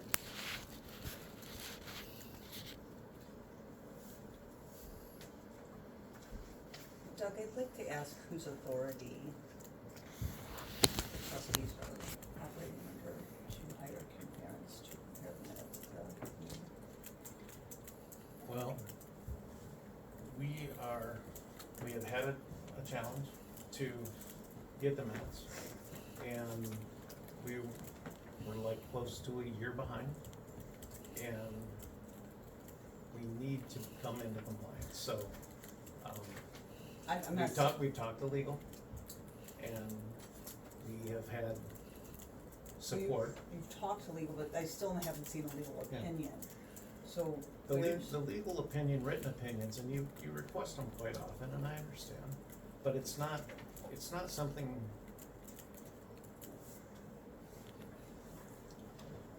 I'm not gonna ask for the prosecutors to write us a legal opinion for everything. If we have a conversation and it's solid, I'm gonna keep moving forward. They take care of so many different people that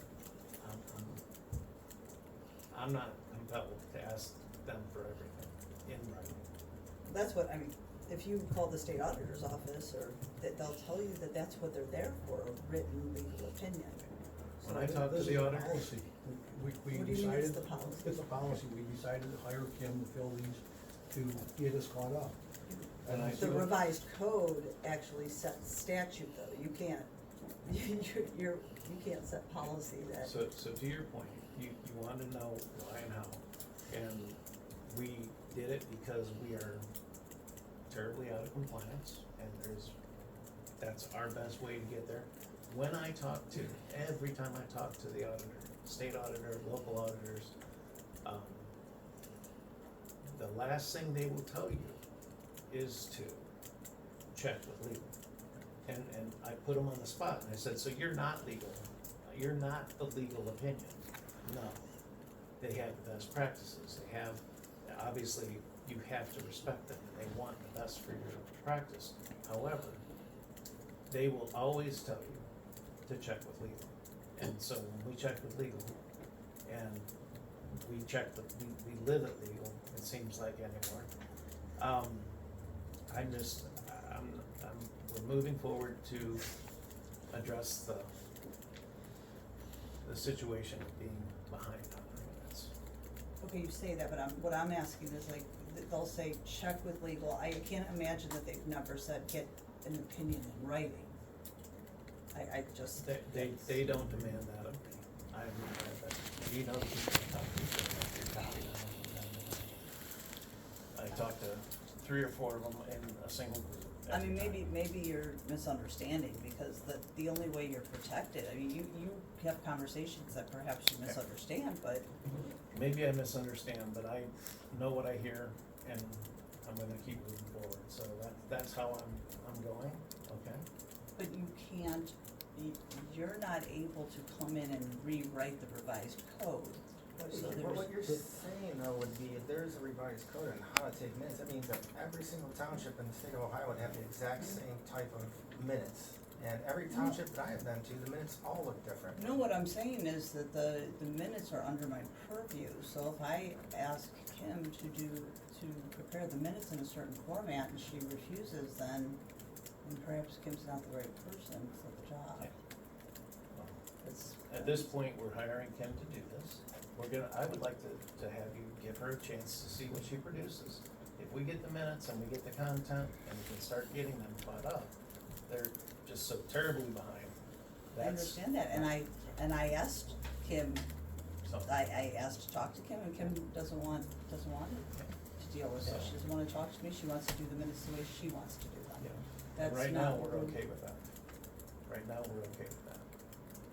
That's Until- not okay. I That's thank you. actually not acceptable. Okay. Thank you for your thoughts on that, okay? But we're not gonna resolve any thoughts on that. We're not changing that game plan right now. We're moving forward with that, okay? No. Okay, well,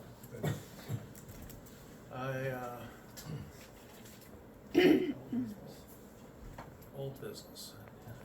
No, in the new. We're in the new business. No, I got some old. Oh, There's some old. Go for old We got some business. old. Okay, had this around, we looked at, 3 painting contractors, to, do some of the painting, strip the wallpaper here in town hall and do some painting. I contacted, all three companies. Herb, got back to me, but only one reference came in, and I'd asked for 3 references. The other, Charlie Martin, he, oh no, that's, excuse me, MP, W Painting, I had to contact them a couple times. They eventually got back to me, but I never got a reference. Rachel Ramsdale was very efficient. She got back to me, and I had references within, I don't know, hours from Rachel. And so I checked with Rachel today to see when she could start. She could start at about the 1st of October, and she said that, I don't know if she talked with you, Elaine, okay. She had said that she can send in her bonding, so we know that she's bonded, and I said, please get that to Elaine. We don't have to cut a purchase order this time because we've got a meeting in between, but my recommendation would be that we would go to, with, this Rachel, Ramsdale, and let's see, it's, yeah. So, and she gave a quote, but she said, if she completes the stripping of the wallpaper faster than 2 weeks, the price will be reduced. So we've got a maximum price, but it could potentially be reduced, so that would be my recommendation. I'll make a motion that we, hire, Rachel Ramsdale, to, do the painting and wallpaper removal here at Town Hall. Throw the price out there. Oh, sorry about that. The price, the total price, the wallpaper removal, I'll give a breakdown. The wallpaper removal will be $2,400. The, large room and, will be, painting and whatnot will be $53.50 for a total of $77.50. Second. Second. Any other discussion? So she is the highest of the 3, right? No. No, she was in the middle. She was the middle one? Yeah, Herb's was the highest, he was 10,000, and, then there was one, but the cheapest one never, nobody ever responded, so. Roll call? Roll call. Mr. Christopher, Aye. Mr. Eastwood, Aye. Mr. Johnson. Aye.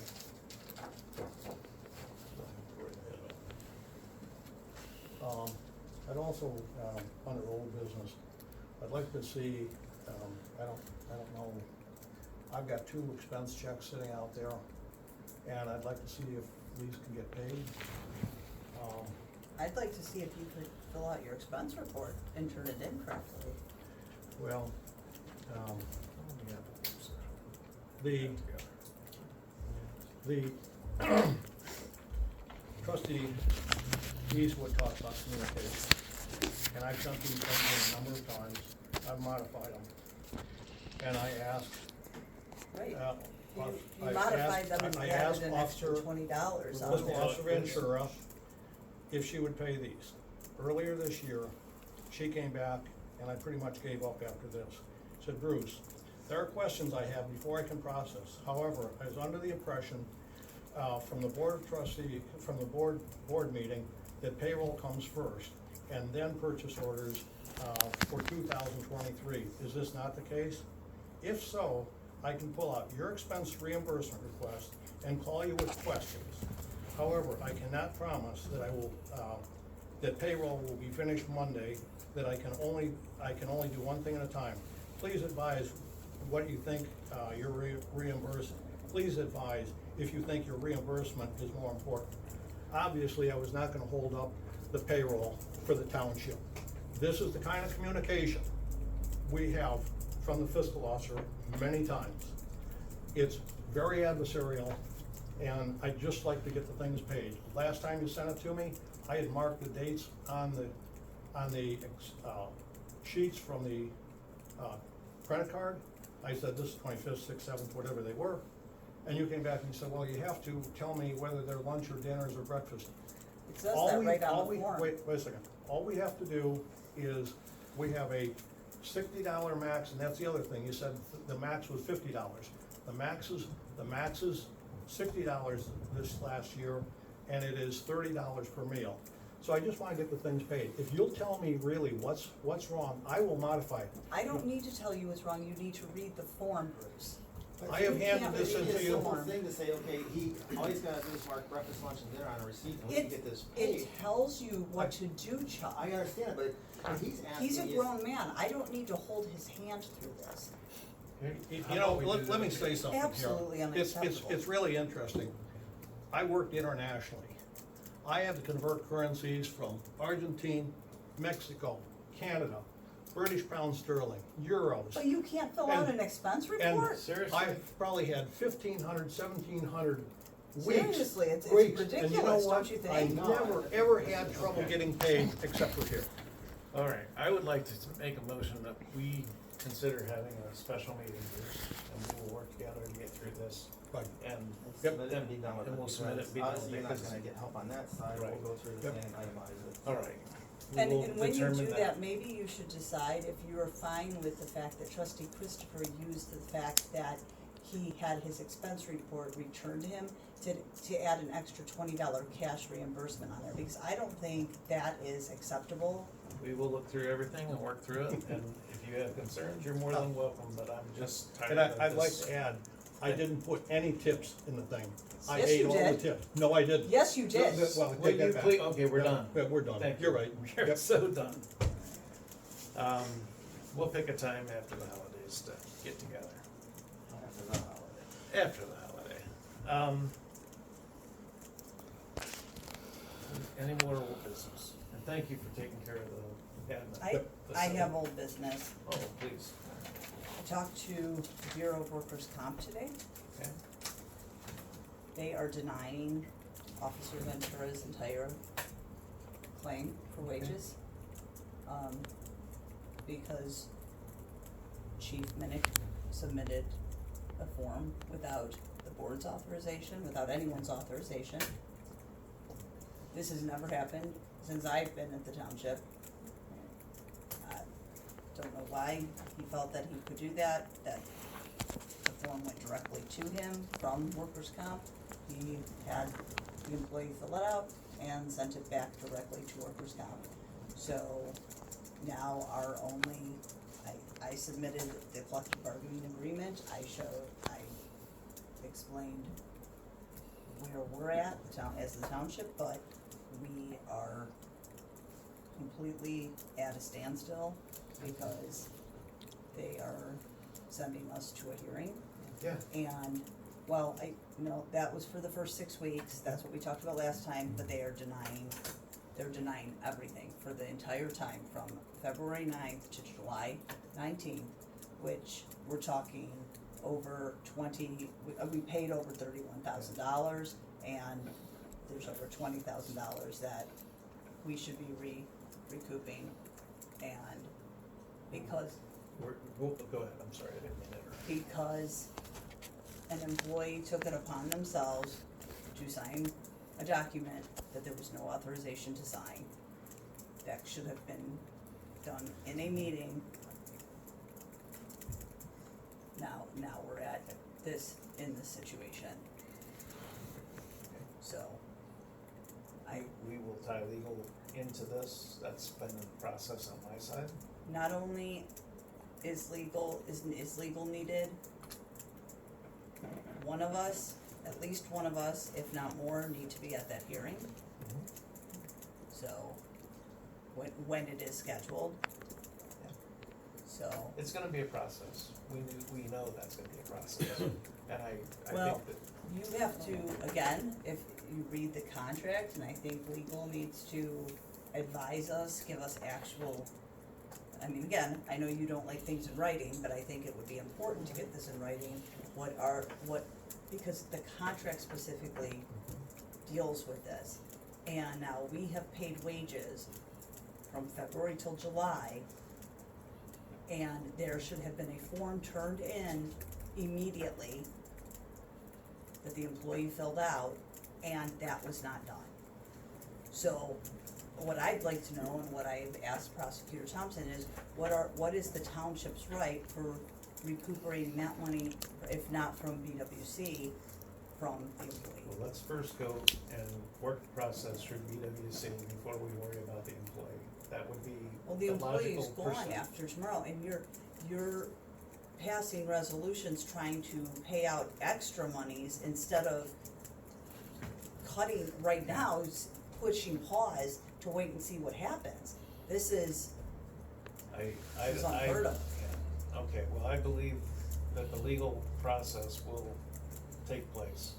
And I believe that between the workers' comp and between our other group that works with us on You're talking about Sedgwick? Yes. Yes, I talked to her today and she said we have a 50-50 shot. Yeah, well, 50-50 is better than no shot, okay? Well, 100% I'm- would have been I'm- great if the yeah. form didn't get Well, turned in. your note again is well taken, but we're gonna work through the process. That's exactly what we have to do. Thank you. Okay, and I would like to formally ask for a legal opinion in writing regarding the trustees' authority to hire somebody to prepare the minutes of the township from legal. I think he always just asks for you to send that in writing, the request. So I guess only you get to have conversations, but sure, I'll put it in writing if you can't accept it in Please put it in verbally. writing. My goodness. Chuck, you have gone to turning in overtime on the last day of the week on each of the employees' timesheets. You may want to, I don't mind, but you may want to rethink that with those overtime slips. And I'll give you an example, Officer Yorks, if you wanna just go in there and look at it. That could be problematic for reasons of public records requests. And when the officer actually worked the overtime. So that's something to think about. And just give some consideration to that. We did talk about it because what you're probably considering overtime is if they work longer than their shift, but.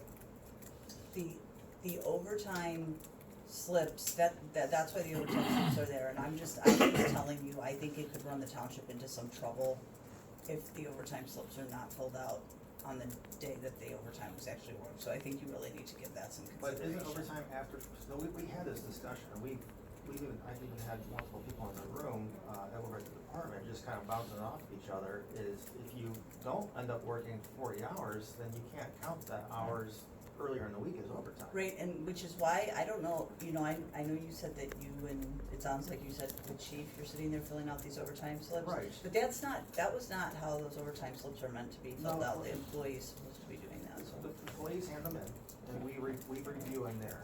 Even like this last one where it was with Officer Miltner. Mhm. We caught an error, and in trying to fix the error, he missed the last two digits of the thing. So that was how, that happened.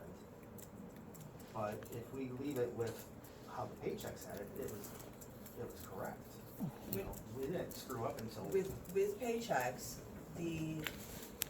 there's with technology, you're going to have quirks, and because of the way the township is set up with admin and road and bridge, and the way the 40 hours accrues, there is no way to show the overtime on the days that's actually worked, and if we do that, then the rules that apply to police versus road and bridge, and the way that overtime is able to be applied on vacation, sick, and comp time for road and bridge will not, that would have to go away.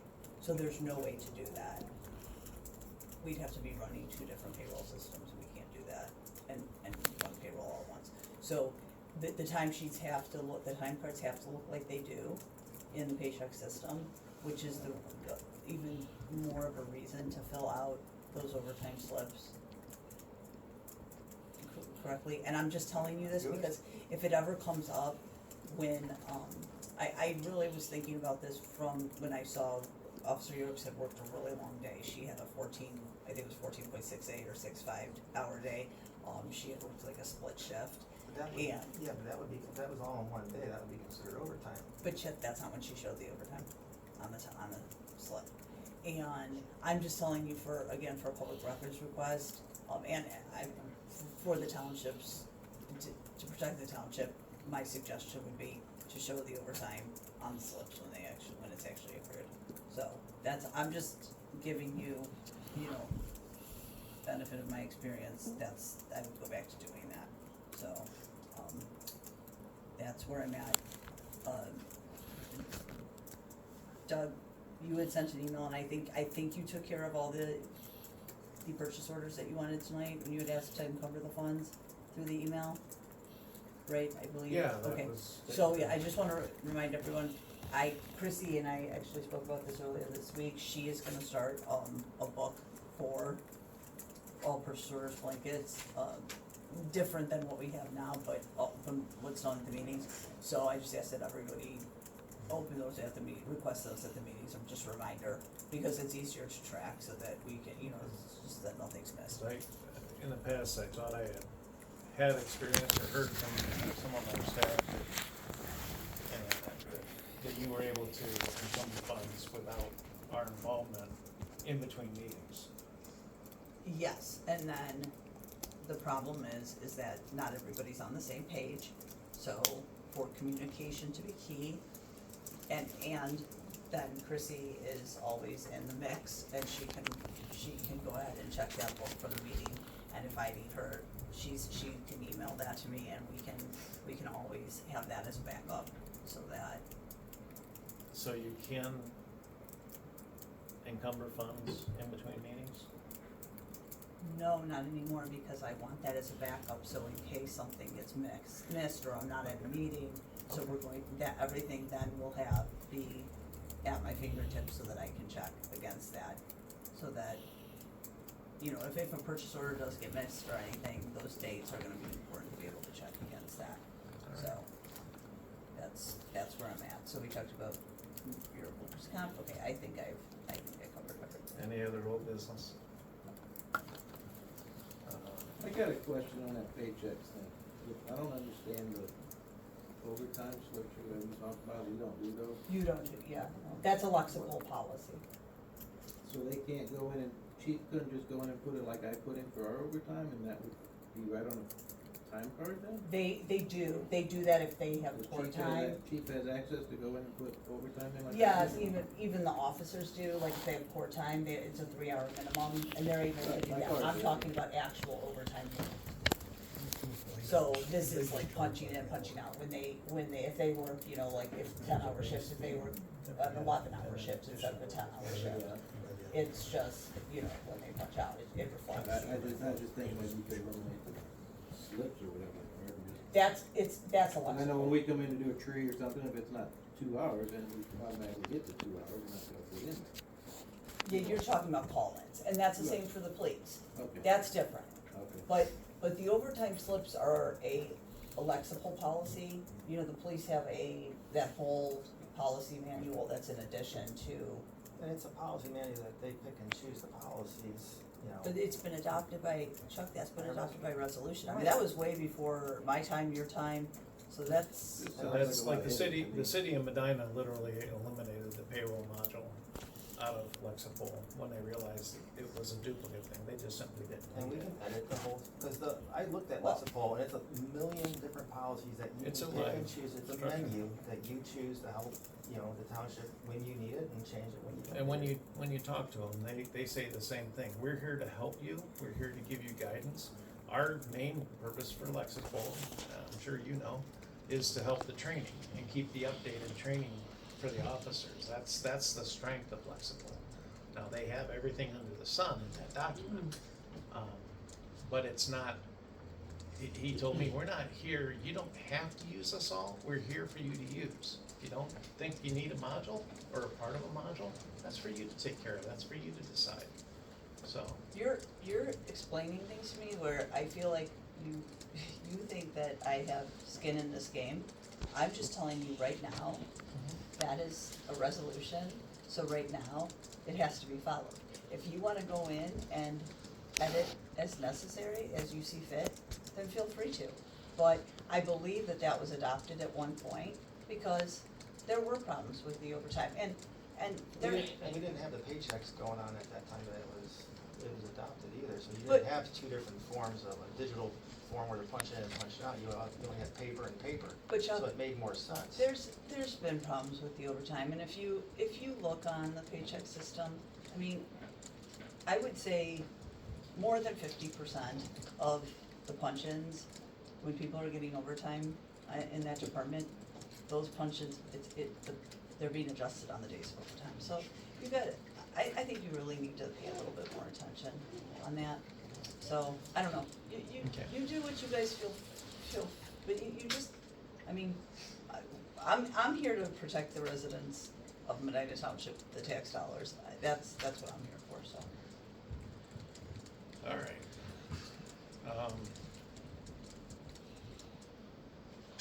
These things I have are all for the end, so. New business. Thank you. Approval of department reports.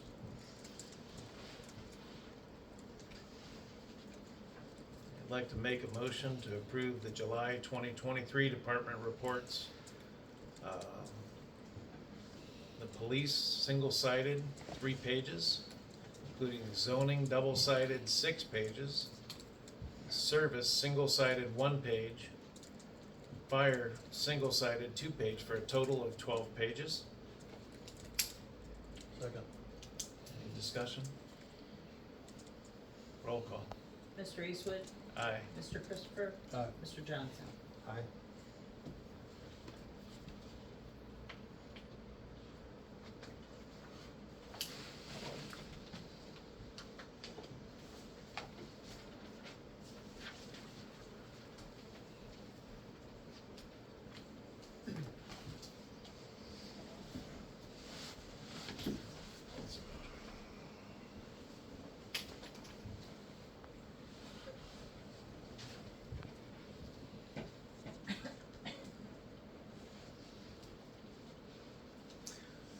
I would like to make a motion to open the floor to public comment.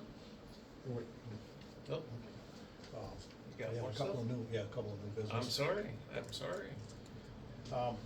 New business, comp time. We had an executive session last time regarding comp time for the administration staff. And I would just like to move forward. We'll need help of the prosecutor's office to, because we'll have to modify our handbook. And so I'll need help there. Don't know if we really need a resolution, but I wanted to be out in the open. You should decide what you wanna do. The resolution should come when it's ready to go. When you say what you wanna do, Do you know what you're doing yet, as far as the modification? I know what I'm wanting to do, I don't know what he wants to do. well, yeah, and that might be that we have to have an executive session then, We next don't time. really, if we're gonna talk about our thoughts, doesn't have to be an No, executive okay, session. okay. I mean, the things that I'm thinking about are that, it's just, I just, it's, to me, it's just how much time. okay. That's all. That would be the question, if we're gonna do it. Well, That's the question. Is it open for discussion at the moment? Absolutely. For some time, the only department who has not been able to have any kind of comp time has been the administrative group. And the service department has a 40-hour cap on their comp time, right? No. 240. 240, yeah, you guys are those guys. The police department has a 40-hour top. Rolling though, always rolling. Like if they use it, it's not like per year, it's. Right, Yeah. it's a 40-hour rolling. And I personally think that I would like to offer that to the admin team as a 40-hour rolling. And the purpose of that is so that if they need a long weekend, they got somebody sick, they're the only people that have to go right into vacation time to get any time off. So, and comp time's comp time, it's not it's simply time they've worked that they It's put not in. unearned. Right. Right. And so, my thought is to give them a similar comp time as what the PD has.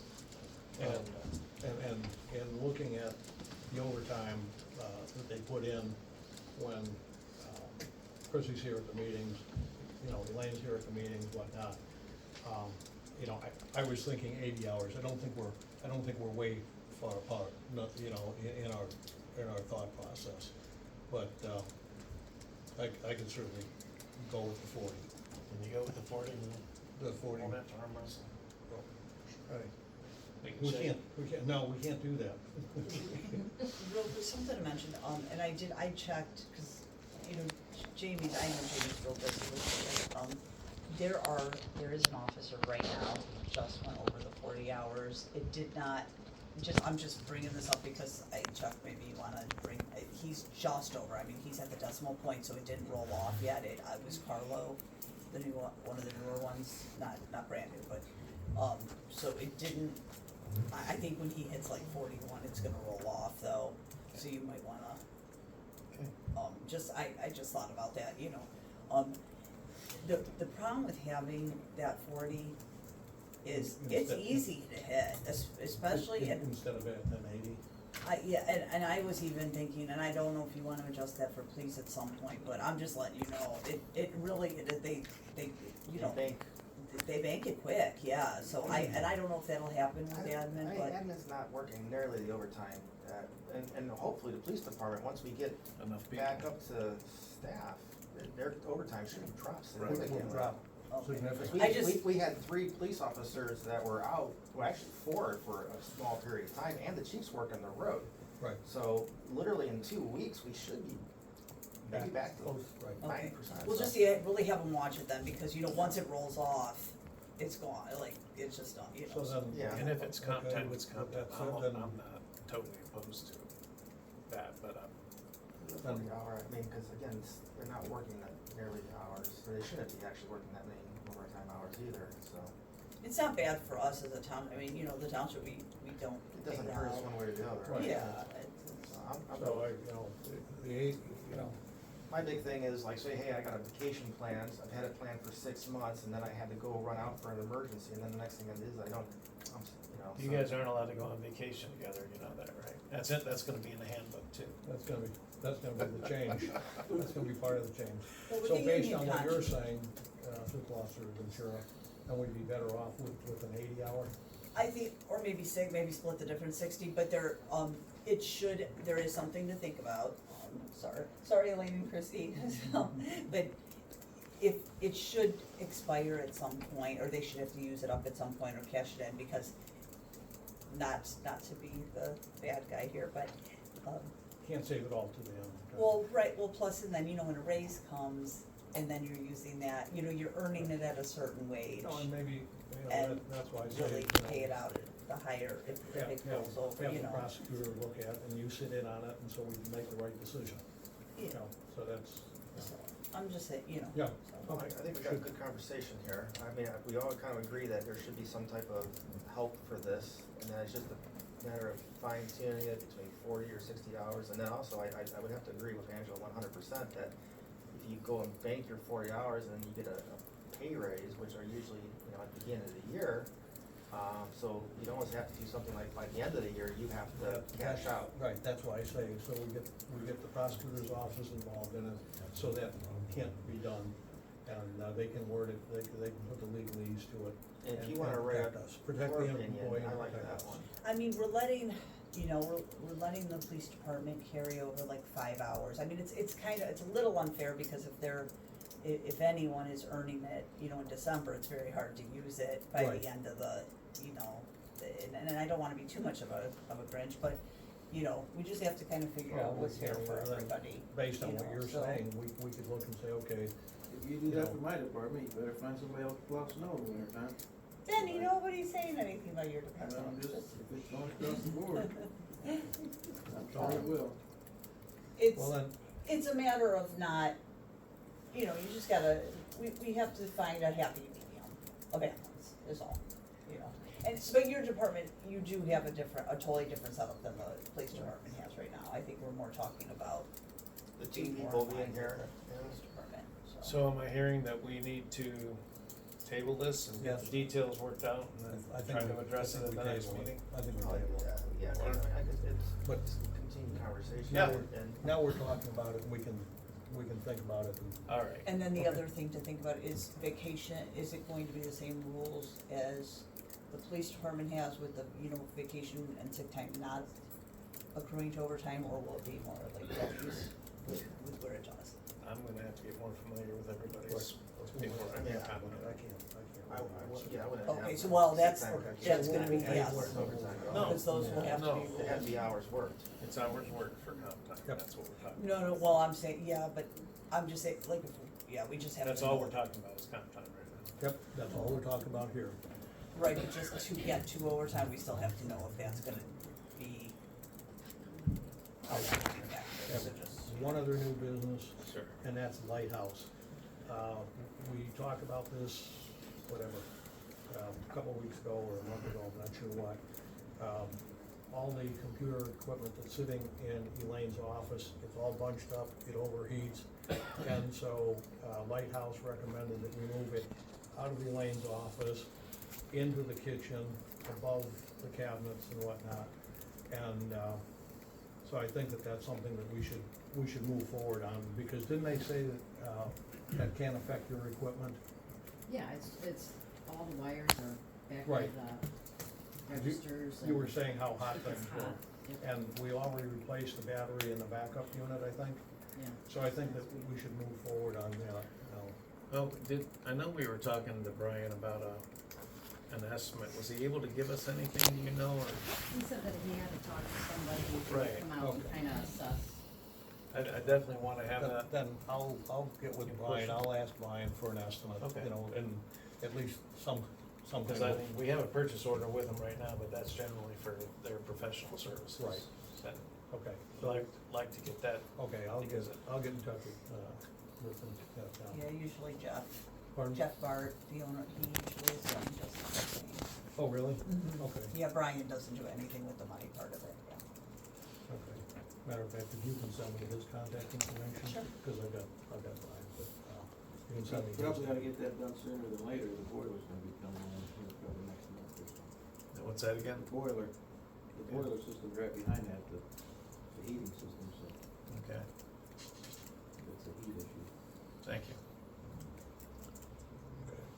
So for, going back real quick to the comp time, to have something ready for the next meeting, just so this doesn't keep getting kicked down, because I'm sure that. That's our goal. Yeah, I would suggest, I don't know if Denny's time is really spelled out in the handbook so much, but yeah, so 240 hours, and is what they're. And it carries over.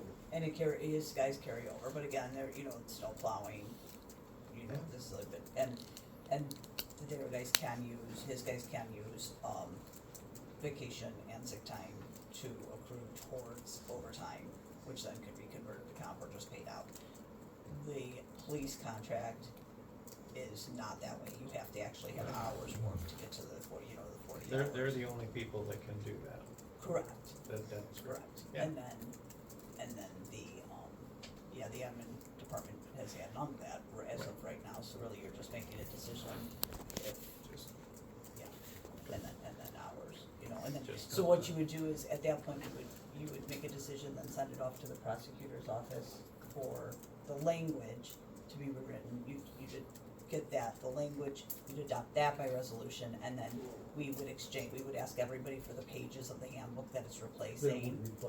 And you have them sign to get the new handbook pages. All right.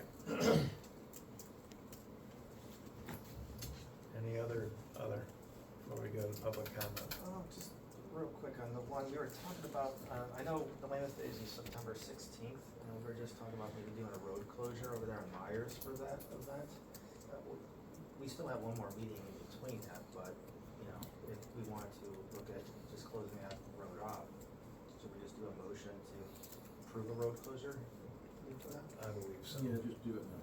Do it. Alright, so I'd like to make a motion for during Weymouth Days on September 16th, which is a Saturday, closing Myers from Remsen over to Old Weymouth, just for local access and to use it for the Weymouth Day celebration that's going on During the course of the hours. during the course of the hours of the event. Okay. Mr. Johnson, Aye. Mr. Eastwood, Mr. Christopher, Aye. Mr. Eastwood. Aye, thank you. Can you give me those hours, Chuck, when you get a chance? Sure. All right. If it pleases the board, I would like to make a motion to open the floor to public comment. Second. Roll call. Mr. Eastwood. Aye. Mr. Johnson. Aye. Mr. Christopher. Aye. The floor is open for public comment. Should you choose to share, just like you have you stand, state your name and your address. I think that's good to go, sir.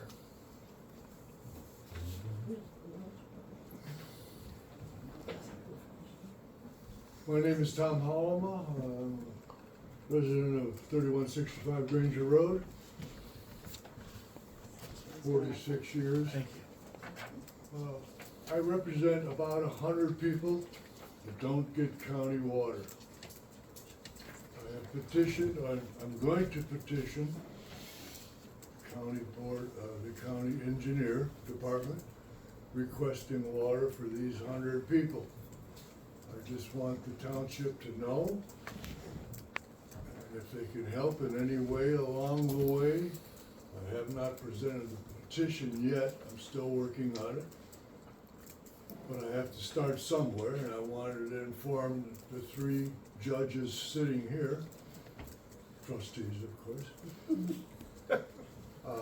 I have the maps, I have the people's names, I have today mailed out approximately over 100 letters to each owner looking for their comments and waiting for their responses so that I can go house to house and get a petition signed. Also the commissioners, maybe they can do something on their own, or maybe the trustees in Medina Township can do something on their own.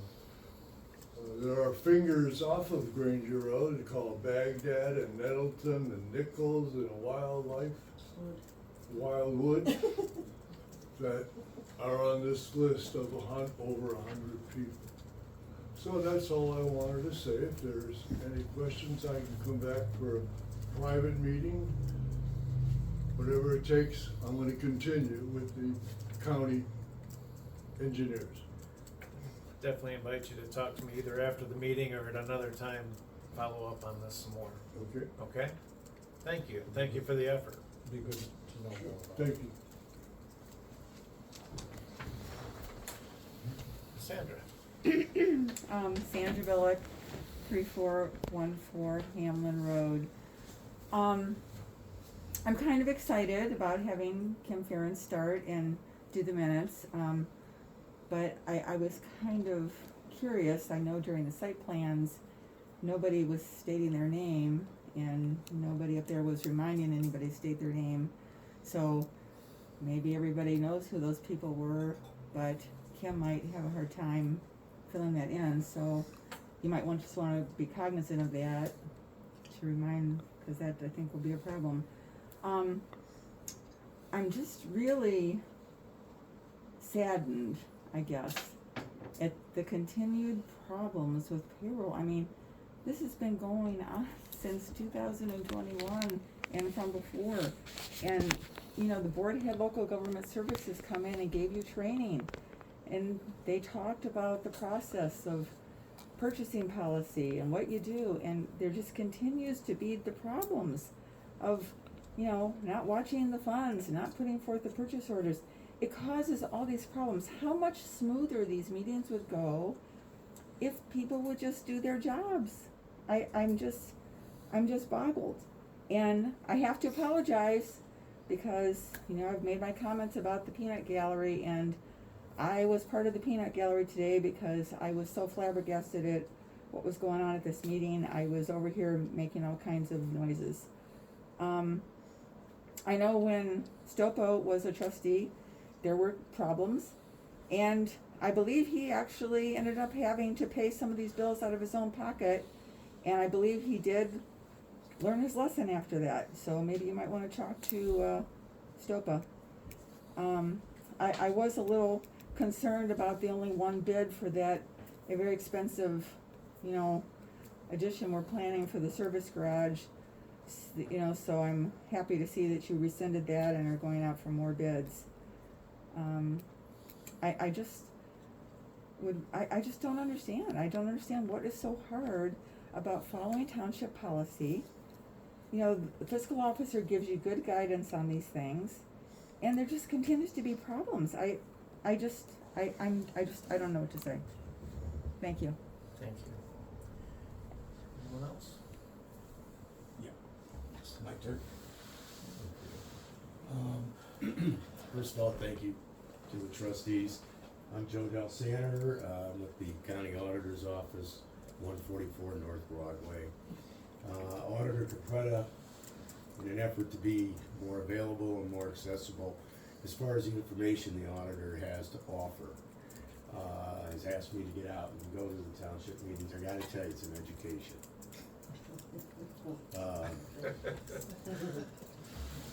Takes a lot to run, be in government, we all know that.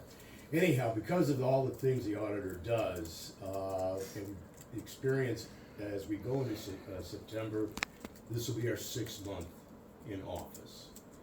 Not much was there when we got there. So we had a lot of holes to fill, a lot of procedures to restart, and with all of those processes going along, and there's a lot more coming because investment is going to be made to make the process of appraisal more efficient in the future. That's not overnight, as all of you found yourselves talking about. But anyhow, one of the things we can do is we can make available information about programs like the CAUV for agriculture, the Ag District, if anybody's so inclined to declare their property, and those who have wooded land that they are setting up into a forestry plan. The information you don't have to come down to administration. We'll put this out. We want to leave this with you wherever your public access counter is. Excellent. You can even just give. Okay. There you go. Now, unfortunately, one of the first things that everybody's gonna have to worry about is we're going into the end of the year and the dog licenses have to be redone. So as you go into December, remember to take care of your pets. And those of you who are already working or own land in the CAUV program, at the beginning of the year, start thinking about getting those applications in by March 1st. It was quite an ordeal when we came in, and a lot of that had not been adhered to strongly, and there was a lot of running around for people like myself. You learn as you go. So anyhow, I want to thank you all for giving the auditor and his staff their time for you to listen. Thanks. Thank you. Thank you. Mr. Lama, has the county engineer asked for anything from the trustees? Have you, or, Just started. no?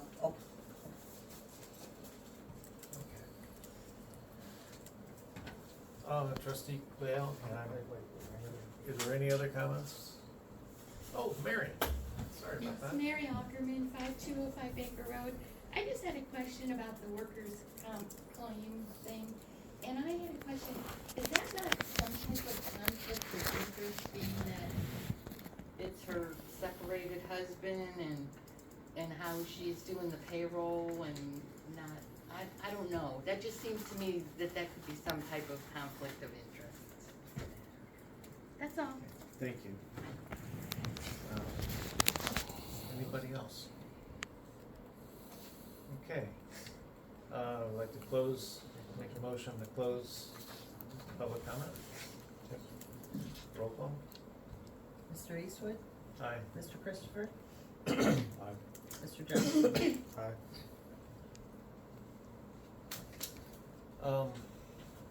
I've got a trustee comment slash kind of hopefully a non-adversarial feel-good moment for the evening. Are we on resolution 124? Actually, 125. Thank you.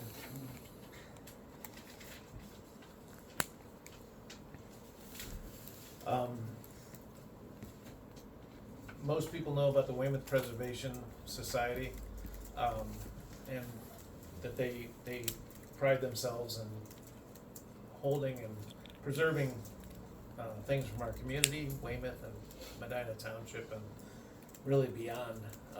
They're even over on the south side of 18 working on the Trump Farm. They have an opportunity to apply for a grant to provide a new HVAC system for the old building, and have reached out to us for a letter of support. And if it's okay with you, I'll read something I got put together that Susan has worked with me on, and Lucy has so eloquently put together.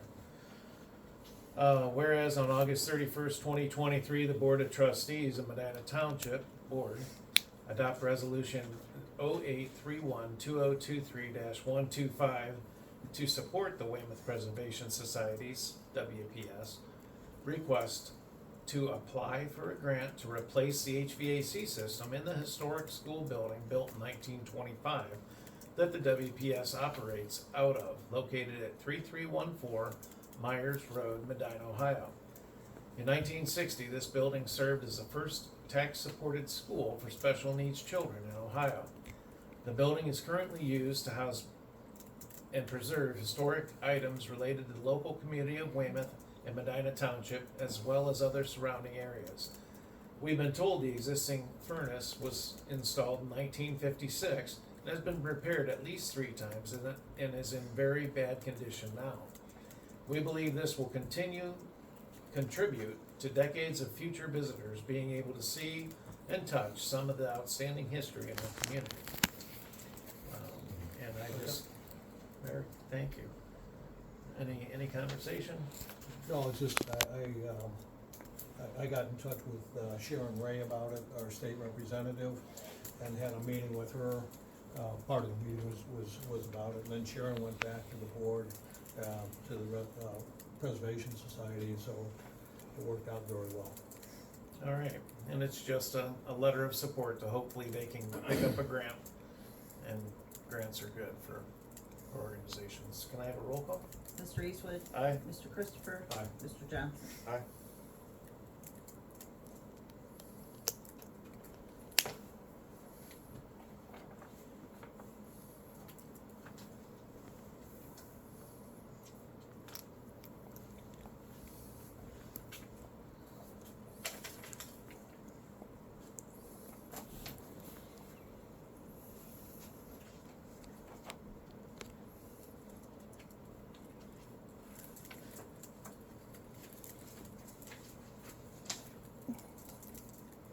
Okay.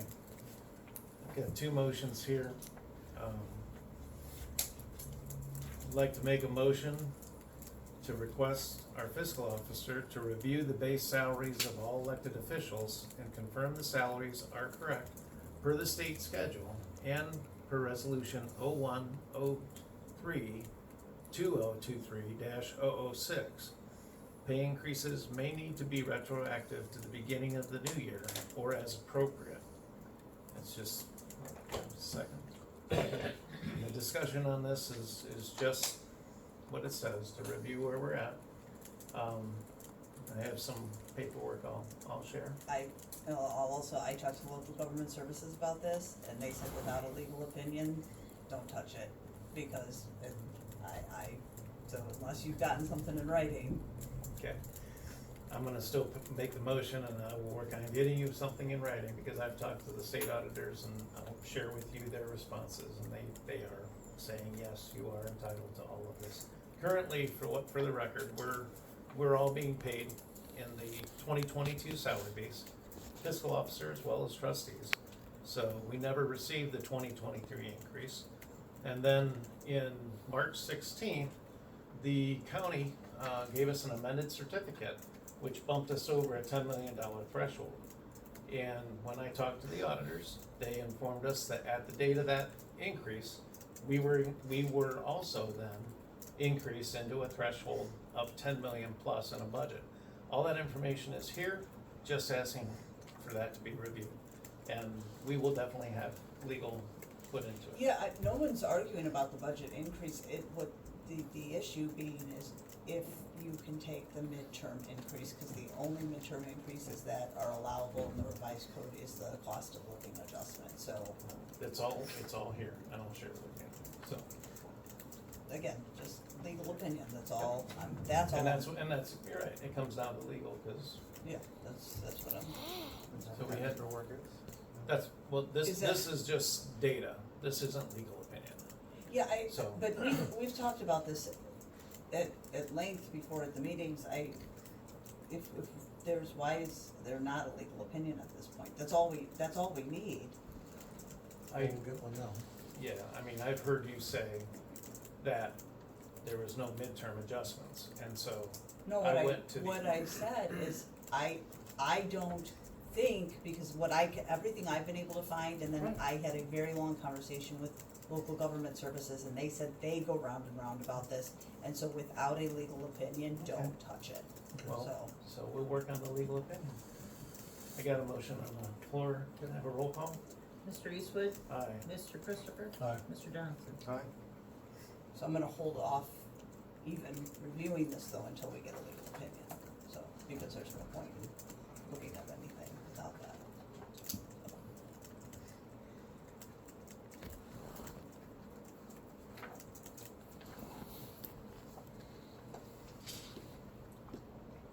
This motion is, I'd like to make a motion, our fiscal officer to review the elected officials' salaries as it relate to townships' certified certificate of resources. It is requested when our certificate exceeded the $10 million threshold, the elected officials be given the state-approved salary increases for that situation. This request relates to the standing resolution of 0103 2023-006. Second. Conversation's basically the same as before. Roll call? Mr. Eastwood? Aye. Mr. Christopher? Aye. Mr. Johnson? Aye. Okay, so again, as stated, I'll wait till you have something in writing from legal and then that will be reviewed. And I would like to state, for the record, Ms. Ockerman brings up a very good point. And that's why what our third-party administrator for workers' comp said today, when the chief had submitted that paperwork that should have never been submitted, this is just for everyone's Take one and protection. pass it along. We have always in meetings, we always bring documents that need signatures to meetings in front of the board, because that does waive any sort of conflict, that way that everything's gone out in the open and with all full disclosure, so, I can certainly see why there would be. Take one to pass. Oh, okay, thank you, Bruce. I definitely understand the point that you were making, but it is so important, again, just not even, not just for me, but for everyone here, that, decisions aren't being made by any one person, your department heads or trustees, myself, anyone, that's the point of the trustee meetings, and that's why, full transparency, so that everybody's on the same page, so. Are thank you there for any your other comments. trustee comments? Make a motion that we adjourn. Okay. Roll call? Mr. Eastwood? Aye. Mr. Johnson? Aye. Mr. Christopher? Meeting is adjourned at 9:35 PM.